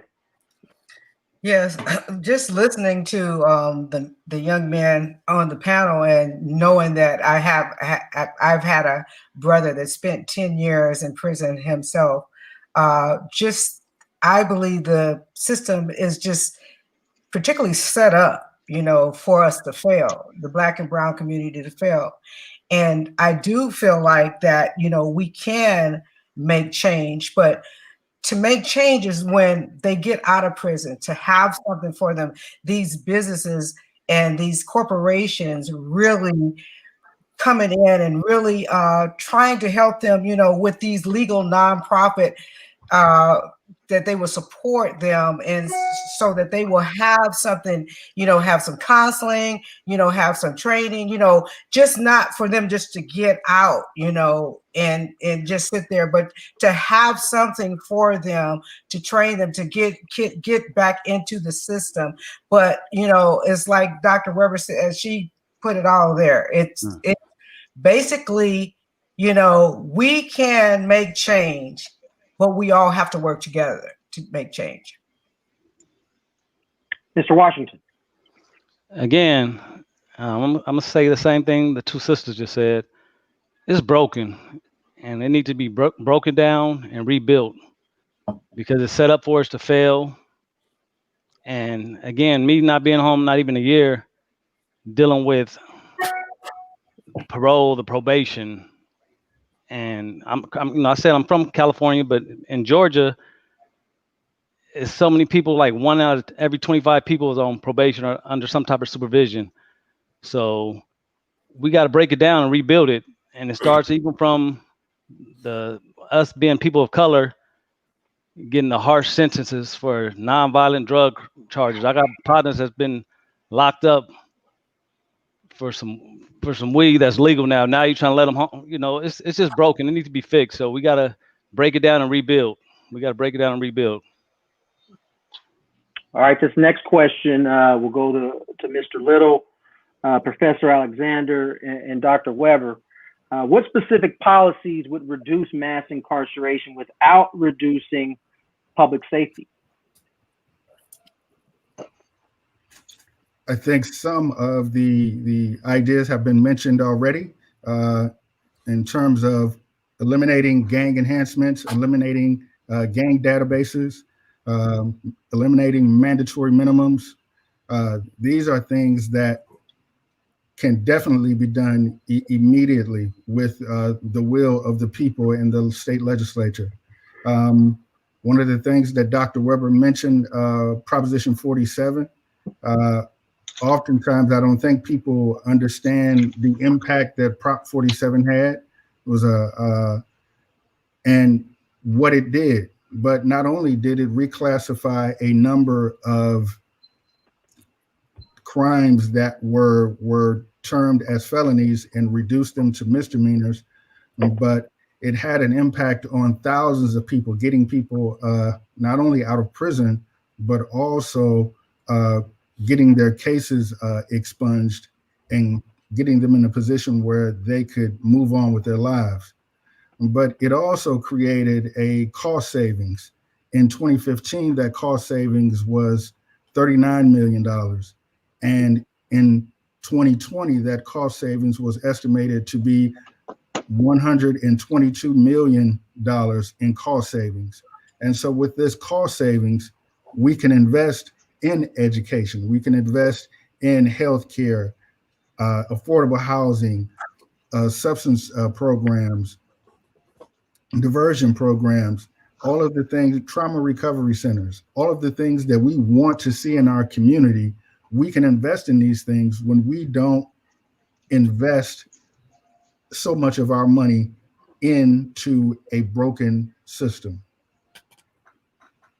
Professor Alexander.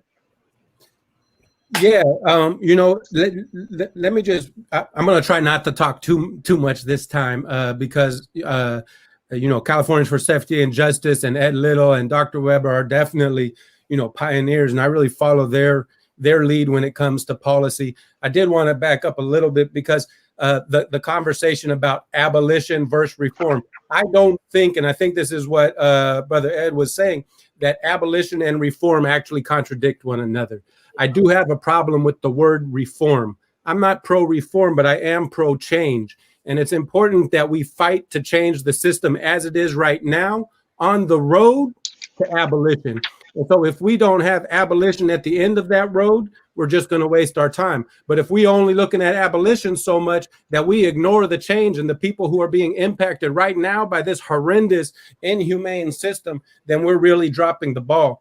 The main policy that I think is we have to begin to address change, if I was saying anything, is take away the unlimited power of the police. So the police can pull anybody over anytime they want and not have and not be held accountable.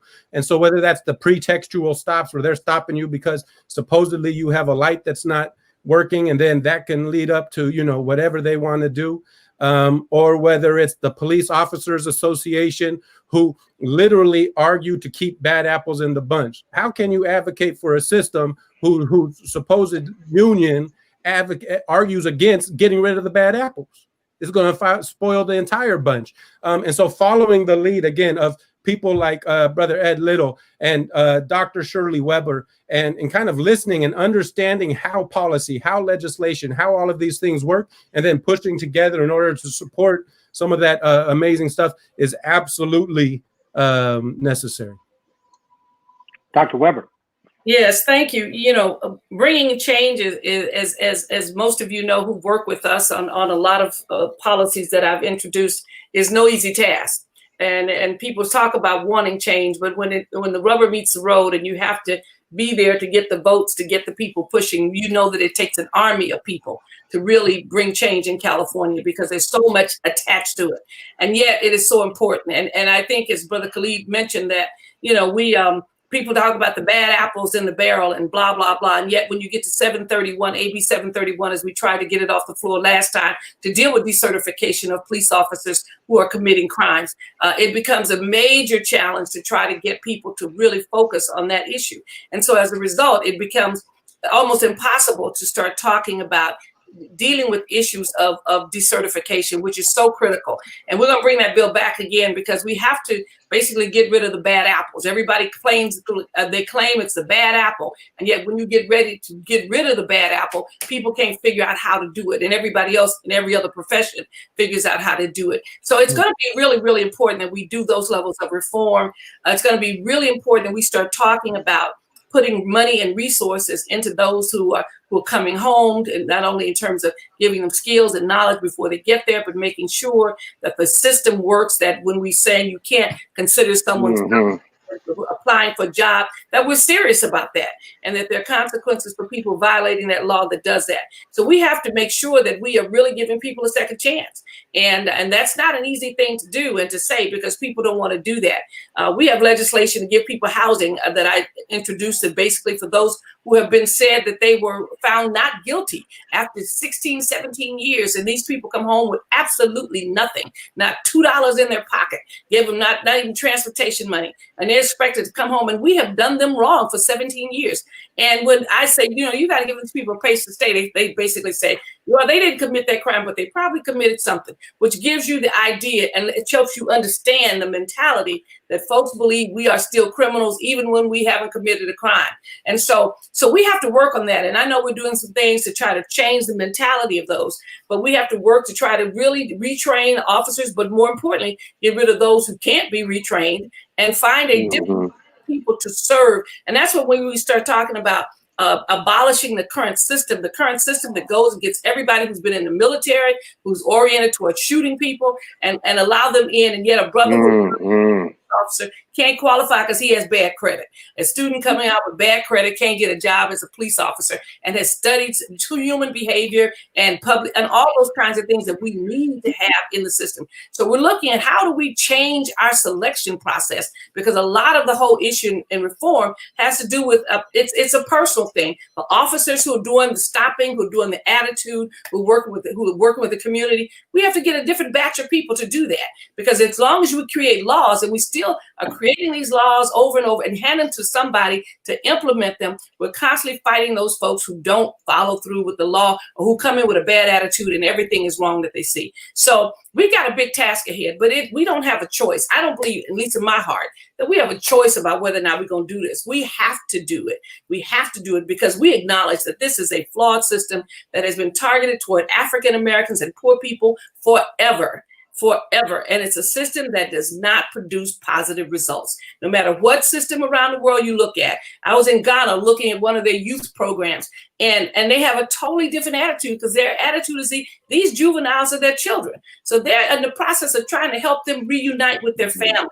We don't always do that. We spend $350,000 every year on a juvenile in the juvenile justice system. $350,000 per child. Now you can imagine what we could do with $350,000 to provide stability for that family, for that young person, to give them a place to stay, some training. $350,000. People don't even have that as an income. And those are two families that are professionals. So we have the resources to try to bring change. We just don't have the will and the desire to do it, because we believe people are wrong in the first place. But we have to do that. And it's not an easy task, but it's something that California can do and the nation can do, because we have the resources to accomplish it. And we have done the research. We know the problem. We know the system is failing, and we have to do something about it. All right, our next question will be directed to Mr. Harvey, Professor Alexander, and Mr. Little. To clearly define the term and what it represents, tell us what defunding the police would actually look like in practice. So to me, to clearly define that term is a reallocation of funds, right? And the reason why I say that is it takes me, anybody who, I was born and raised on Logan Avenue in Southeast, and anybody familiar with that neighborhood, right down the street in the dip, it used to be a YWCA. And at that YWCA, that's where we would go and play basketball with tutoring. It was a community center, right? They tore that thing down when I was probably in the 7th grade. And as I think back and reflect on that, that is when kind of like my generation kind of made a split, right? That's when folks started kind of like, you know, breaking into houses, hanging out, drinking, smoking, drugs, getting involved with with the police and things like that. And when I look at these budgets, right, that the police departments get, if you would just take half of that and build more YWCAs, if you would just take half of that and create more social services or affordable housing and livable wages for people in the community, then we wouldn't have to worry about the youth in the community, or even just the parents who stressed out and going through mental health issues. We wouldn't have to really worry about those things continually to plague and perpetuate themselves in our community. If you give if you give somebody something and they're not doing right by it, then obviously they can't handle it. So you must take that away, right? And give it to those who are responsible and who are willing to do the good in the community. Police don't prevent crime, right? There's so much research and data out there that shows you that police don't prevent crime, right? If somebody breaks into my house because they need some food or for whatever the case may be, calling the police does not feed that person. That doesn't take away that issue, but it does feed into mass incarceration, right? That does put more money into people's hands, right? So if we are really serious about fixing or correcting, shall I say, the needs of the communities, it is not to invest in police. It is to invest in people to make sure that their well-beings will be taken care of. Professor Alexander. I caught away listening to Brother Aaron. So I think, yeah, his definition of defund the police is on point. A lot of the time we get caught up in semantics or what we're calling things in these discussions, right? And so I think recently even Obama came out and said that he thinks that defunding the police is not helpful for, I don't know what it is that they're fighting for, but it's not helpful for something. What that ignores is the fact that people have been pushing and fighting for reform on so many. You wouldn't know how many meetings I had to have with police chiefs to realize that they were just using me as a publicity stunt, that they were just using me as theater in order to show that, oh, we really do care about the community and we're having this, and then to continue doing whatever they were doing. It wasn't until people started talking about defunding the police and city councils actually started looking at defunding the police that all of a sudden they started saying, well, you know, maybe we shouldn't be using Corota, something restraints, some type of restraints, which they use in MMA to knock people out, and that can kill people. It wasn't until people started talking about defund the police and politicians started looking seriously at police budgets that the police began to change themselves. So I think that's the first and most important thing, that we shouldn't shy away from things just because we think that the name might make somebody uncomfortable. Right? We don't have any problem defunding a waiter if he gave us bad service. But when we're talking about the people who are driving around our neighborhood with badges on their chest, guns on their hips, and killing and murdering and brutalizing and humiliating and harassing our people, all of a sudden people get nervous when we say, let's defund them. Last example I'll give, the GSU, the Gang Suppression Unit. They changed the name recently to Special something or whatever, but you put lipstick on a pig, it doesn't change. Maybe that's not the best analogy. Just because you call something different doesn't mean that that's not what it is.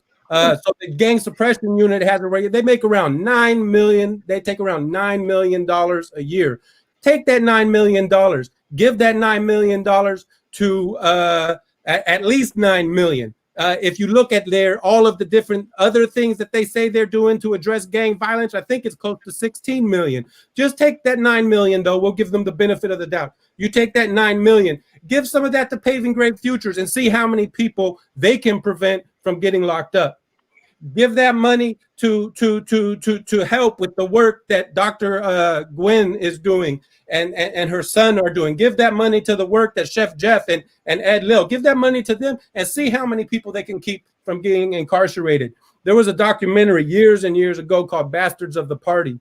And one of the people they interviewed is actually from San Diego. He's a maybe a historian, a sociologist or something, Mike Davis. And he said in that thing, he said, look, if you want to see the rise of gang violence, it didn't have to do with criminal culture. What it had to do with getting rid of labor, livable wage paying jobs. When those livable wage paying jobs left, all of a sudden you have a bunch of poor people who can't afford to do anything, who don't have programs like Aaron was talking. And so what ends up happening, they end up falling victim to a law enforcement agency that targets them. But he says, you take those people, you find me 20,000 gang members, and you give them a livable wage. Just start paying them, 60 livable wage in San Diego.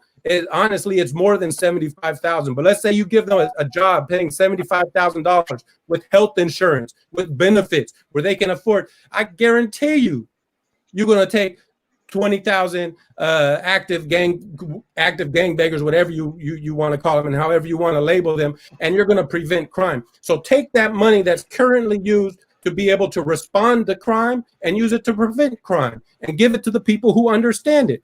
Paving Great Futures, Brother Armand, Brother Barry, and Brother Jay. Yeah, and all of the people behind the scenes who are pushing for them, all the sisters, all the people who are pushing, you give them that money and you're going to see results. So stop giving it to the people that harm us, and let's start giving it to the people that are putting effort to heal us. Mr. Little. My former panelists have basically said it all, but I will just say this, the reason why, I'm wearing this particular hoodie right here is because this is the campaign that we have been promoting this year, which is Progress Not Prisons. And you can go online and look at progressnotprisons.org. And basically what you'll find is that the state of California spends $50 billion a year on the criminal justice system. $50 billion. Over the last 40 years, the state of California has spent over $1 trillion. Now, budgets are moral documents, because basically what they say is when you look at the budget, you see where a people's priorities lie.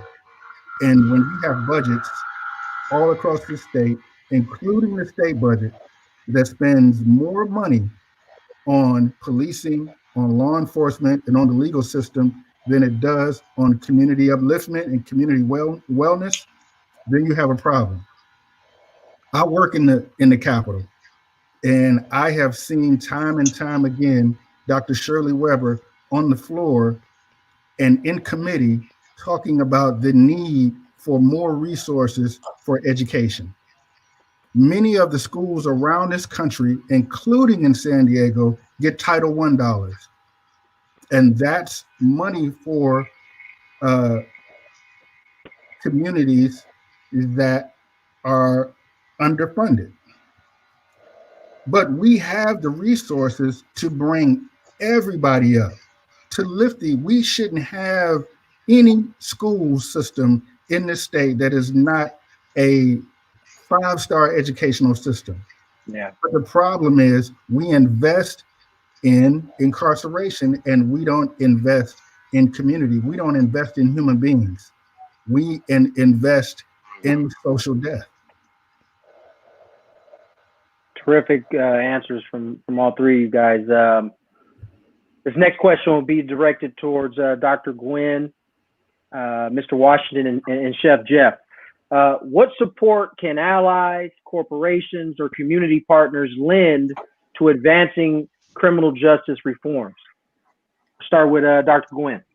Well, again, I really feel like, the businesses, they need to become community partners, and they need to engage in the Black and Brown community, with developing economic development, so that there is reform. Because sometimes it's hard to discuss criminal justice reform without discussing poverty alleviation.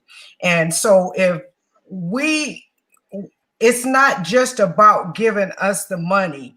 As they give us the money, they need to engage and even set up shop in our communities. If we look at some of the big that's making a lot of money. Look at the Padres. Okay, they maybe should set up a shop in our Black and brown communities when they're for the young people to get the tickets, to supply buses for them to go to games and stuff like that.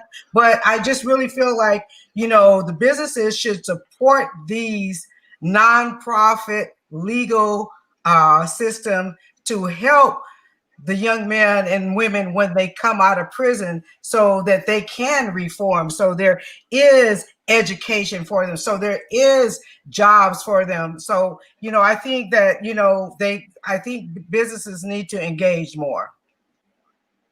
Mr. Washington. Yes, funding. We need the funding more than anything to commit to equal pay. Me being a college educated brother, coming from Southeast like brother Aaron, we just want that second chance. So if we could just get some type of funding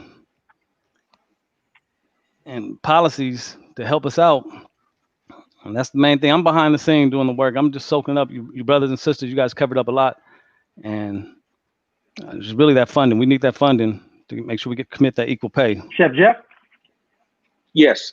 When you look at this so-called criminal justice system, when you look at combined state, federal, city, local, juvenile, it's $182 billion industry. The last numbers that I received from out of DC, $182 billion industry. When you look at the prison system, $2.3 billion of that 182 is spent on feeding the 2.3 million incarcerated people.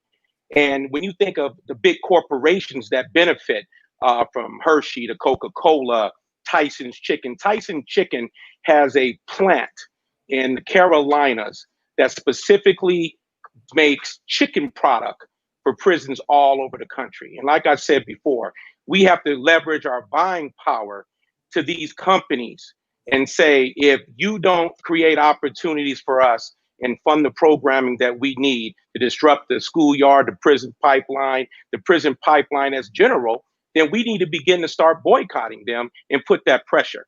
This is a double facet war that we're fighting here. And my passion has really been on the community, changing the mindset of the community. If I had the power, I would put a criminal justice awareness one-on-one program and make it mandatory in every public school that before you can graduate and get your high school diploma is that you're put up on game.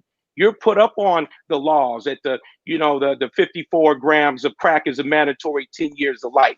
That the prison system with the expect when you go into prison and hearing the challenges like all of us brothers, Barry Washington and Amir and Mr. Little have had to deal with coming out of the system. They just don't know. We didn't know.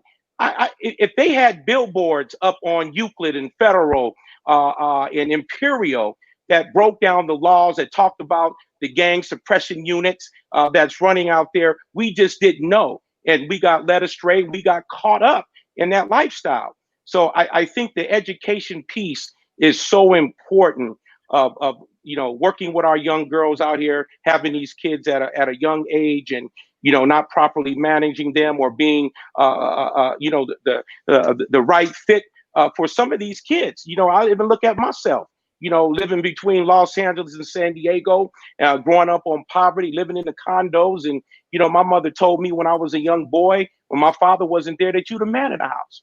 And when, and that's big in our community. When you tell a young boy you are the man of the house, that's a burden that you put on this child. That's a call of action and to duty. So I think it's so important, especially with what Paving Great Futures is doing with the culinary programs and all the programs dealing with the trauma and things of that nature. We need to shift a lot of that money back into the community, and we got to stop our young people from becoming criminalized. We got to teach our young people the hustle to me is a trait, a skill set that is needed. But they got to change the product because it's a trap. They're not aware of it. They're following in the footsteps of brothers that been through the system already. The young brother that mentioned Harvey, back in my days, when I was in prison, I received 2 or 3 letters. And when I got out, the young men who watched me in the game who wind up going in prison. So we got to really begin to change the imagery. We need to create opportunities. We need to really begin to invest in our young people, especially young people in foster care, our young people who are growing up in single parent homes, who had young mothers who grew up in the system, who have no vision, and they feel like the neighborhood is their limitation. So that's my take on it. I think it's so important that we bring awareness. We have to put our young people up on what they can expect if they decide they're going to embrace that criminal lifestyle. Mr. Mattis.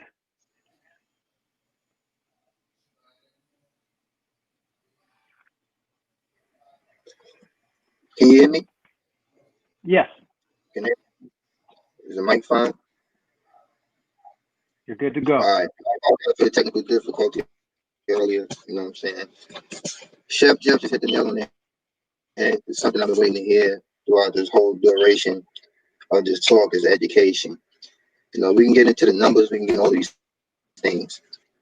But I know for a fact that the majority of people who've been incarcerated didn't learn about the criminal justice system until they were incarcerated.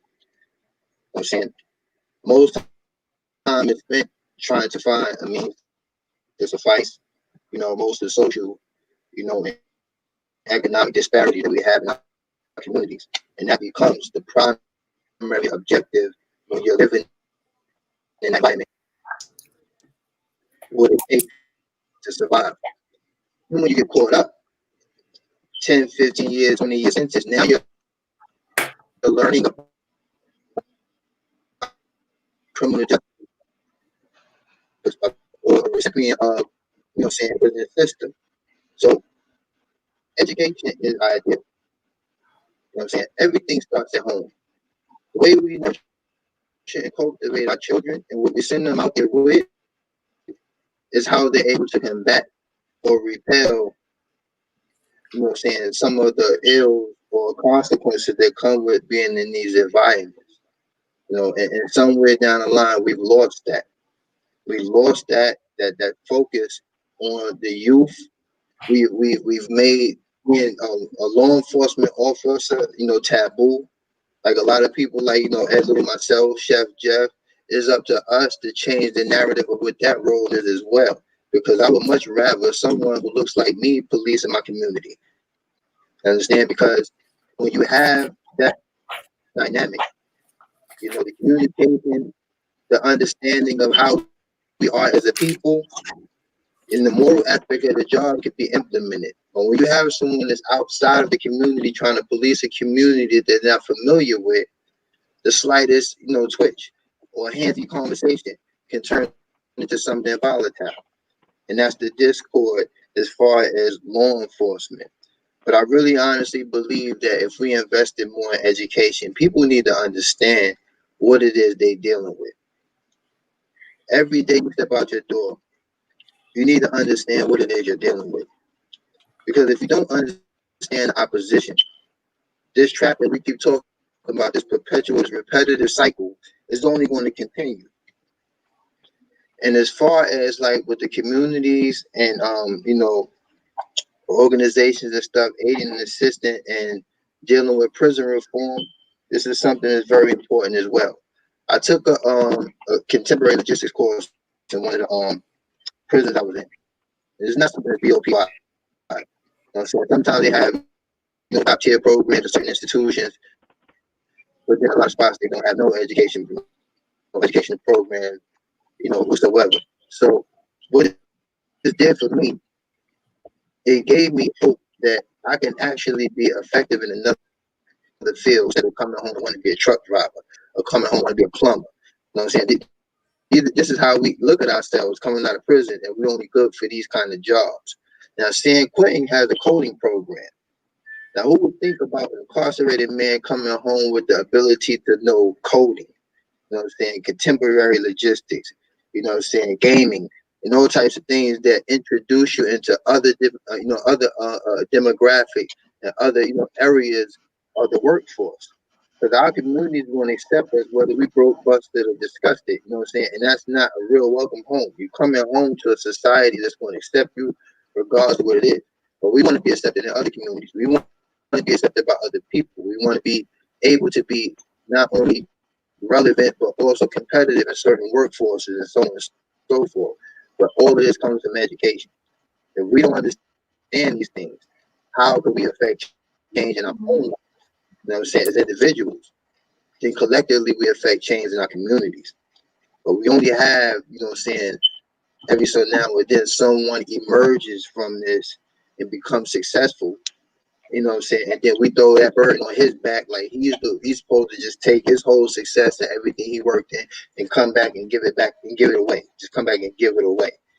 You know, so it's like it's a lot of things that's broken, not just in the system, but in our communities as well. You know, so we're in a very, very compromised position as a people. We're in a very, very compromised position in this country. There's a lot of things that have to be, established, but I truly believe it starts at home. It starts in the house. You know what I'm saying? We're generations away from that type of education being instilled in us. You know what I'm saying? It's 21st century, these millennials, so they say, they're so far removed from understanding what it is to have structure in your own home. You know what I'm saying? I have dinner at the table with my family every night. This is how I'm able to, keep in tune with my family. You know what I'm saying? Some of us are so caught up in working and things, we don't even talk to our children. You know what I'm saying? We don't do these things no more. You know what I'm saying? So we're learning from the consequences that we suffer from. We're not learning any preventive tactics or anything that will prevent these situations from happening. And it comes from interacting and engaging in your own family, your own immediate circle. So we have to start from home. You know what I'm saying? We can't tear down all these systems that have been put in place for over 405 years overnight, but we definitely can start at home and get results way much faster. And that's basically that's what I want to say. Thank you, Amir. This is our last question of this panel, and this will be directed to Dr. Weber, Mr. Little, Mr. Harvey, and Professor Alexander. Where do we go from here? Start with Dr. Weber. Okay, I'm going to try to be as brief as possible because I know we've probably used up all of our time, but thanks to everyone for including me on this panel. I'm going to take it from one point of view, and that's a political point of view. We have to begin, first of all, we have the ability now to register everybody to vote, and we see the power of Black voting. And we need to basically get everybody in our communities, those who are on parole or whatever, to register to vote and to vote their interest, and then to hold people accountable. That's important to join these organizations. There are a number of organizations. Paving Great Futures and Pillars of the Community are folks who come to the Capitol, who advocate, who fight for rights. And we need to, and as I said before, reform takes an army. It takes more than just me putting the bill out there. It takes all of you folks, for me standing on your shoulders, that carry this message forward and to get the other folks to vote. So I just want to encourage everybody to register to vote. Because then that will give us the opportunity to do the kind of change that's so essential in the system to make the change. We're making some change, but there's still much more to do. And also to insist that our kids are taught and that they get a great education. That is so critical, because when I look at those who are incarcerated, I find a significant number of those who are still struggling to get their GED, who have not had an opportunity to get the skills that they need to be successful.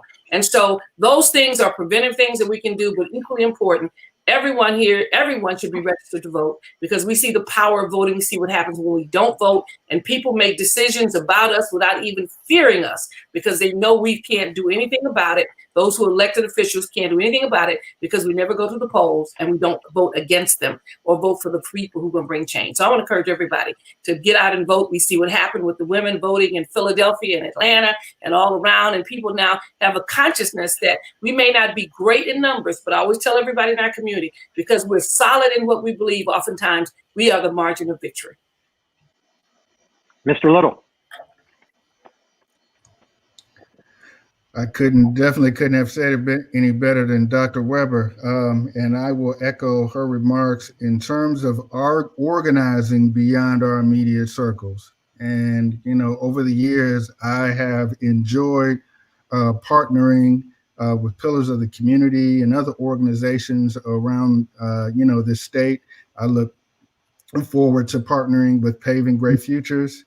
And, I think through that organization, we can make whatever change we can imagine, but we have to come together and do it. We can't do it as individuals, and we can't do it as individual organizations.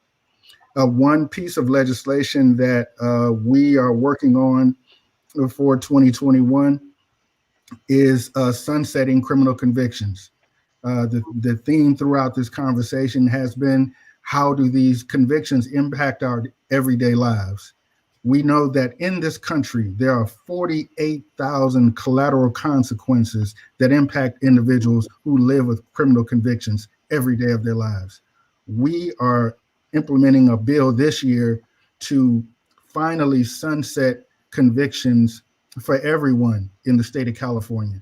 And this is going to be a big push, because most people who stand to benefit from the billions of dollars that this state spends on criminal justice do not want to see a situation where people are finally liberated from the oppression of having a criminal conviction on your record. And so I look forward to partnering with all of you to advance this particular piece of legislation so that we all can finally get free. And thank you for having me on this important panel this evening. Mr. Harvey. Man, I think, where we go from here is we continue to support those who are working for us, like Dr. Shirley Weber and Mr. Ed Little and Khaled at Pillars of the Community. And we have to kind of like redefine our, well, I wouldn't even say redefine, but have a deeper analysis of those who are for us and those who aren't actually for us, right? There are many people at the table that don't deserve to be at the table. There are many people that aren't at the table who need to be in the table. So to really get actively involved with the real people in the community, right? The real people who are really in the streets and experiencing things, and hear them out, and not just come to the table with your ideas, but to really kind of like, in a sense, put in some block hours and hear from the people in the streets. And I think if we do more of that, then we can come up with more concrete ways on how we can have, a fruitful future. So, with all that being said, FDT and FTP. Professor Alexander.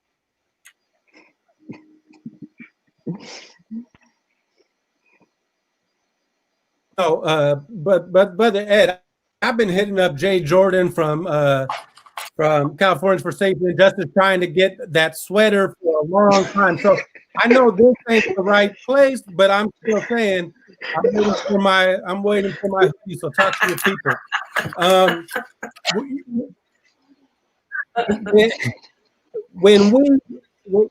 When we first started Pillars of the Community, we had the idea of being kind of a service organization, meaning how can we get people jobs? How can we get people housing? How can we address the needs of folks that are coming out of prison, right? Because when we talk about defunding the police, when we talk about abolishing the prison system, that's our money we're talking about. That's not their money. They're taking money from our taxes and putting it into a system that directly targets our people. They're willing to pay $50,000, $70,000 a year to put somebody in a cage. But as soon as Brother Barry Washington's released, as soon as Brother Amir Muhaddith is let out, they get nothing. After robbing these men, after robbing these human beings of their life, of their education, of everything, and then you kick them out and give them that's our money. So first of all, we have to demand from our politicians and elected officials that they follow the footsteps of Dr. Shirley Weber, that they continue to hold these people accountable. They continue to hold the police accountable. They continue to use our tax money. That's our money. Take our money and use it to help our people. When people are released, there's no reason why they're not given money to be able to live. And to, what do you expect to happen if a person can't afford rent? What's going to happen from there? So initially, when we started Pillars, we wanted to be a service organization, but we recognized quickly that no matter how many times you put somebody into housing, you get them a job. If you don't address the obstacles, and if you don't address the target, the cracks, and if you don't address the problems in the system that led them to being incarcerated in the first place, that you're not going to be able to do anything. So we really focus on two things. One is building community, and the other is pushing policy. And if we push policy, but we don't have a community that's there to back it up, when Dr. Shirley Weber is pushing those policies and getting these legislative changes, if we don't have a community that's there to make sure that they're enforced, we're wasting our time. And similarly, we could have the most beautiful community in the world, but if we don't address those policies, if we don't address those cracks, if we don't address the way that our communities are being treated, then it doesn't matter how strong your community is, it's going to be attacked. So one of the reasons why I'm so happy to be a part of Paving Great Futures panel right here is because if you look at the people who are on this panel, if you look at the people who are talking and the work that Paving Great Futures is doing, this is about community.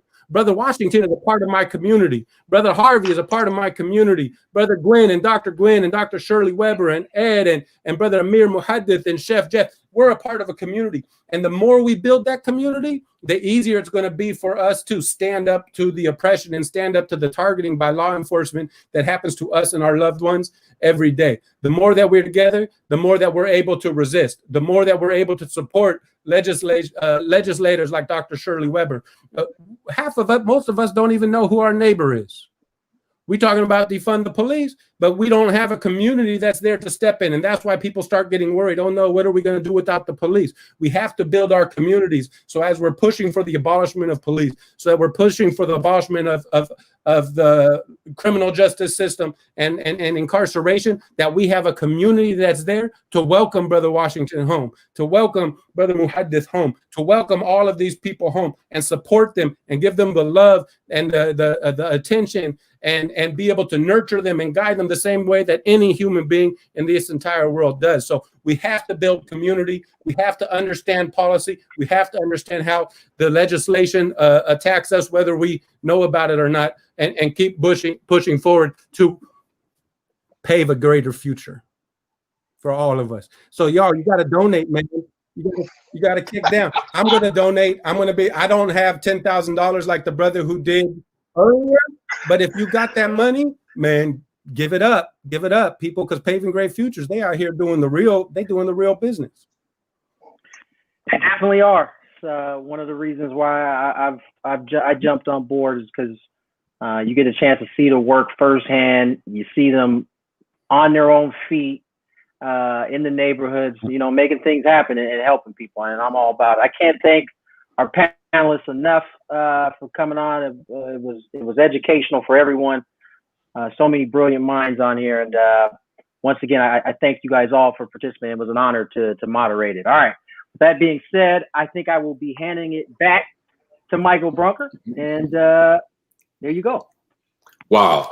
Tony, on behalf of Paving Great Futures, the community it serves, and everyone watching worldwide, I want to thank you and all on this panel for your full participation tonight. They say the general task of leadership is to bring an unwelcome reality to an individual, an organization, an institution, a community, and now a nation. But there is an and proposition that you present a solution, and we have heard both tonight. Hey, you're looking for answers? Listen again to this broadcast and take notes. If there was ever a time to go virtual, it is now. For most galas, the message walks out the door when you do. But tonight, everything we have heard will last into perpetuity and travel worldwide. Every lived experience story told tonight needs to be heard by all. Share it widely. Start a watch party. But do more than talk about what's been discussed tonight. How about doing something? Volunteer, advocate, and donate. We would like to once again thank the presenting sponsors of tonight's Action Gala, Saquon, Chef Works, the Parker Foundation, Las Primeras, the ACLU, Blue Shield of California, the San Diego Voice and Viewpoint newspaper, Coca-Cola, Citibank, Flow Cannabis Company, Weed Maps, Mid-City Can, U.S. Bank, the Starbucks Foundation, and Ease. So now let's see how close we are to our goal of 200,000. So we're going to bring it up right now so that you can all see.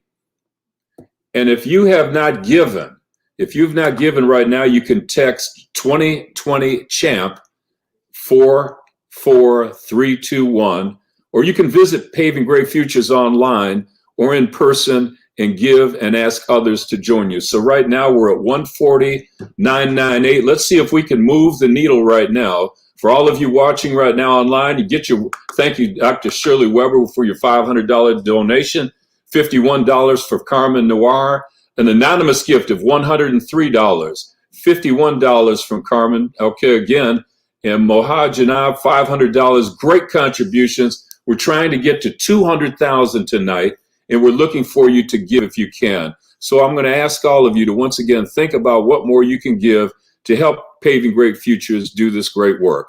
Jackie Robinson once said, "A life is not important except in the impact it has on other lives." There can't be any confusion that Paving Great Futures is an impact player in the biggest game of all, the game of life for young people who deserve a great future. Congratulations to all of tonight's participants, and to Barry, Jay, and Armand, thank you for spending your heaven doing good on earth. Let's hear from them right now. Hey, first off, we want to say thank you, Michael Brunker. You've been such a great influence on us, a mentor, all your support. I think a lot of times, folks don't put enough value on mentorship. So we just want to say we thank you and we love you for all that you've done for us. That just means the world to us. Really, really, really want to thank you. Appreciate you before we go too. any further, we do have a special thing we want to do right now. So I'm going to allow lovely Ebony Lee to take my spot. Oh, all right. Good evening to you all. This is the moment where I would tell you all that you look amazing. And I'm going to still tell you all you look amazing because I'm confident that you all are looking your best from wherever you are. So thank you for joining us. We would like to take a moment to honor a woman who so selflessly gives herself and her all to our organization. She has dedicated the last 4 years to this organization, planning, often preparing and leading all of our amazing events. And she silently does all the footwork, create curriculum, create systems, and facilitates various programs throughout our organization. She is truly the secret sauce to our organization. Internally, she is our Olivia Pope, she is our Penelope, and she is our queen. It is my honor to present Janelle Davis with our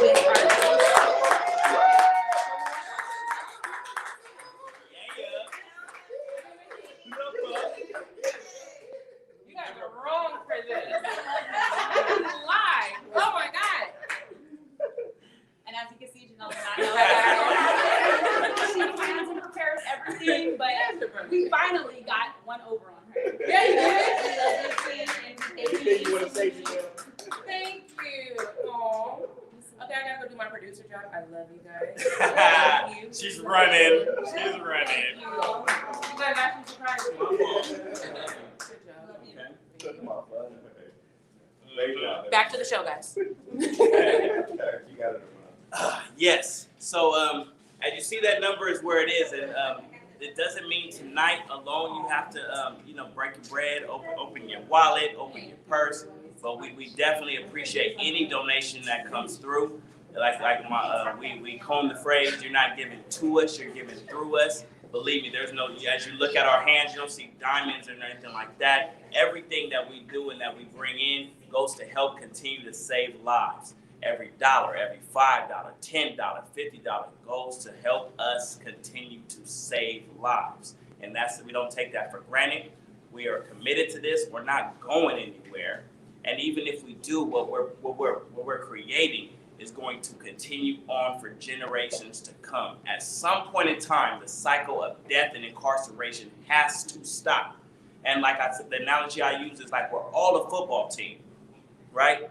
And you think the water boy might not be as significant as the quarterback, but imagine the team not having water.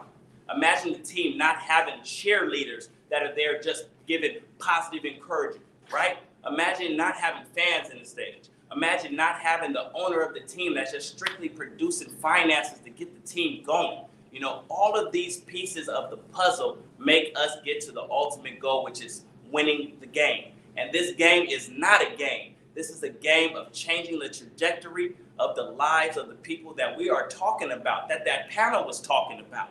You know what I mean? We are the voice of the voiceless, right? So you see us, but we represent a people and a generation and generations of people that need not just a handout, but a hand up, okay? So the money that you're able to produce, please know, it's not charity. What you're doing is paying into the changing of the world. We say be the change. Well, now it's time, be the change with your change, okay? We thank you, we appreciate you, and please believe we do not take any donation for granted. This will continue on, even if it's not today, if it's a month from today. Please reach out to us, and we will do right by anything that you contribute to us, and you can see direct impact and the ripple effect of in the community with the people's lives that we are interacting with, okay? We appreciate you. We appreciate Saquon. We appreciate everybody that helped to make this day possible. We appreciate all the viewers. And Armand, that is awesomely said, very well said. What an amazing night it's been, 2020 Paving Great Futures Virtual Gala. Ladies and gentlemen, it's in the books. Once again, we'd like to truly, truly thank all of our panel members.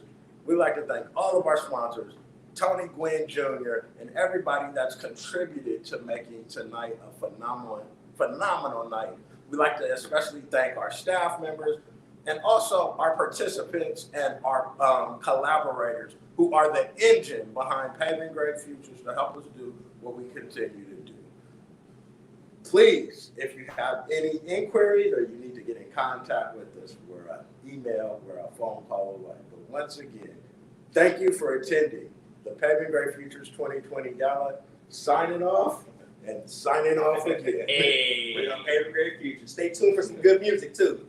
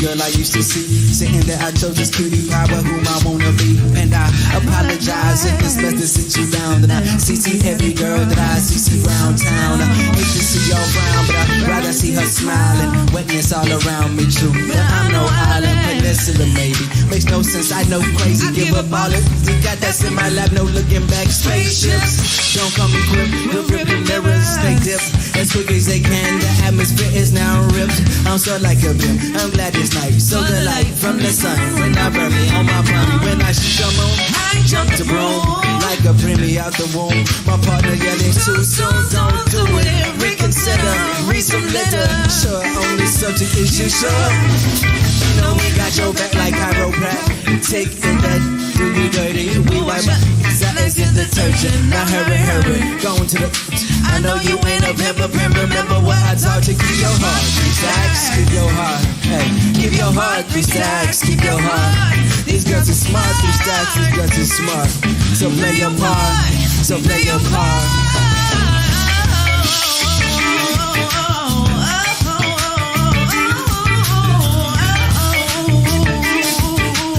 I choose you.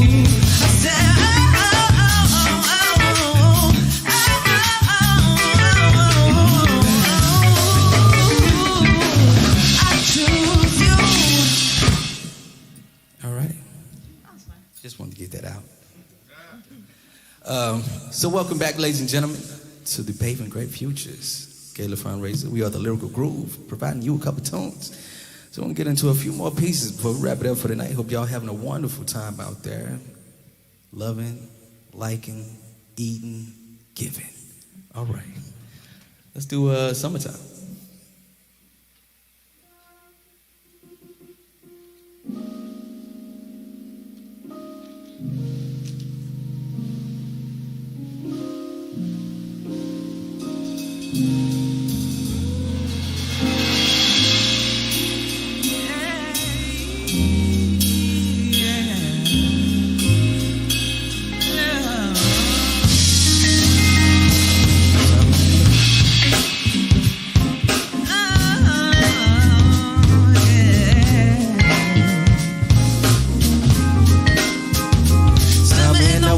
Summer in the spring, summer in the fall is how we do it, y'all.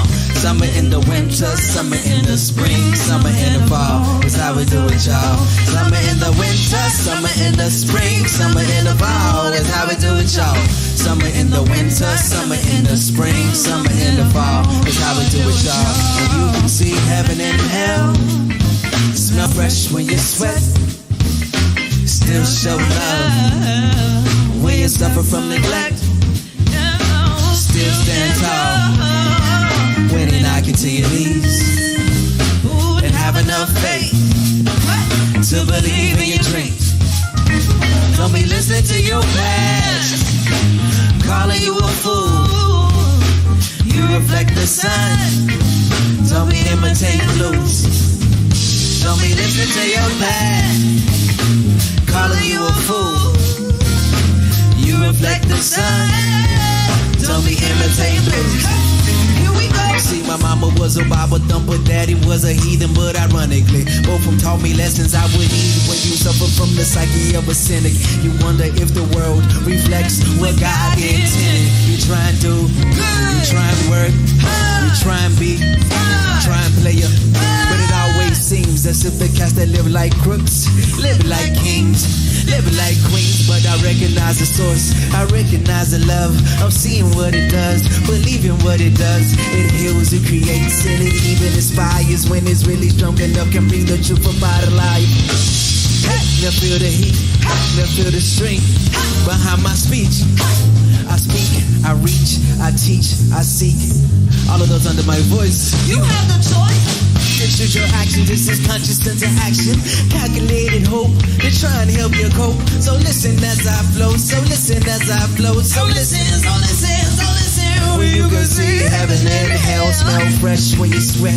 Still show love when you suffer from neglect. And still stand tall when they knock into your knees. And have enough faith to believe in your dreams. Don't be listening to your past calling you a fool. You reflect the sun, don't be imitating blues. Don't be listening to your past calling you a fool. You reflect the sun, don't be imitating blues.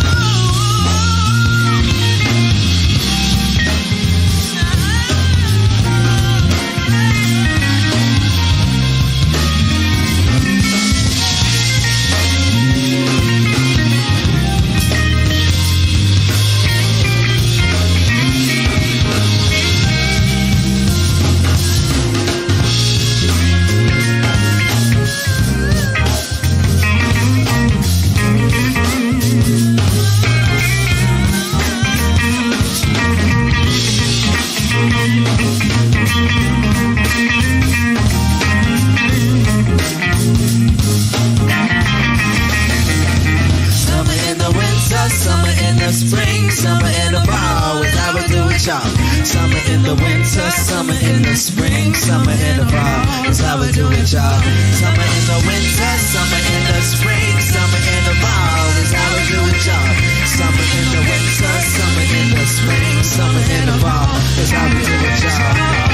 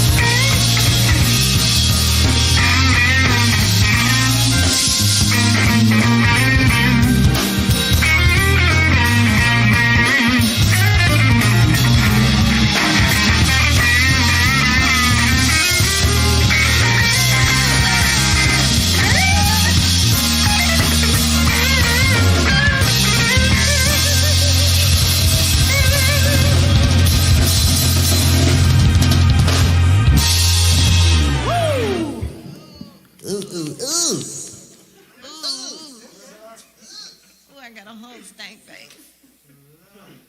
Ooh, wee, oh my. They felt that. They felt that. Ooh. You know what? Let's do a little something new. Let's do a little something new. You know, we always like to take it to another place. When we say that, we just like, you know, You clapped my jacket, so. Okay. It was all love. I get it.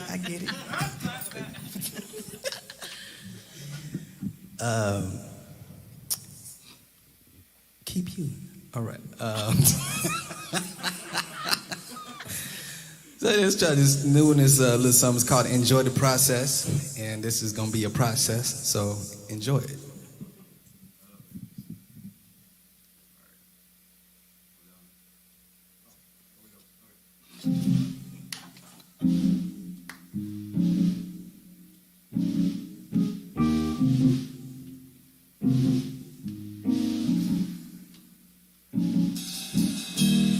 Lately I feel like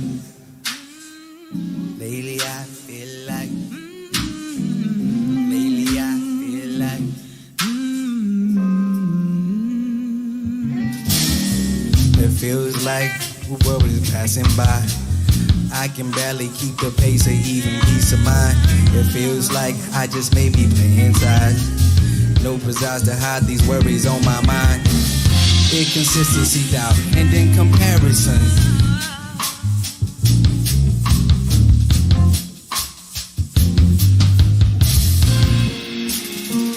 Take two. It feels like life is passing by. I can barely keep the pace or even peace of mind. It feels like I just may be living lies. No disguise to hide the worries on my mind. Insecurity, doubt, and then comparison. Hold that down, keep your head, don't be disparaged, son. This is not a race, more like a marathon. Life is full of tests, but we must carry on. You know the factors and labels, the periodical tables, the quantitative equations. Don't let these obstacles fade you. Situation got you leery, but please do hear me. An honest career, Pythagoras theory, kick it you right. Align your sight, ask some folks and have you see it clearly. It ain't my fault, but I need help, not even my angels hear me. I lean on them, cause look around, not even a friend in the way, cause they ain't made a sound. Maybe I need more prayer, maybe I need to pray. Maybe my mistake was wishing life was a piece of cake. It's clearly more complicated, more like a life of pie. In this world all alone, can't feel my radiant eyes. Take no time, take off your stress. Ready for the ride, enjoy the process. It won't be easy, it won't be quick. No matter what happens, just don't you quit. Take your time, take off your stress.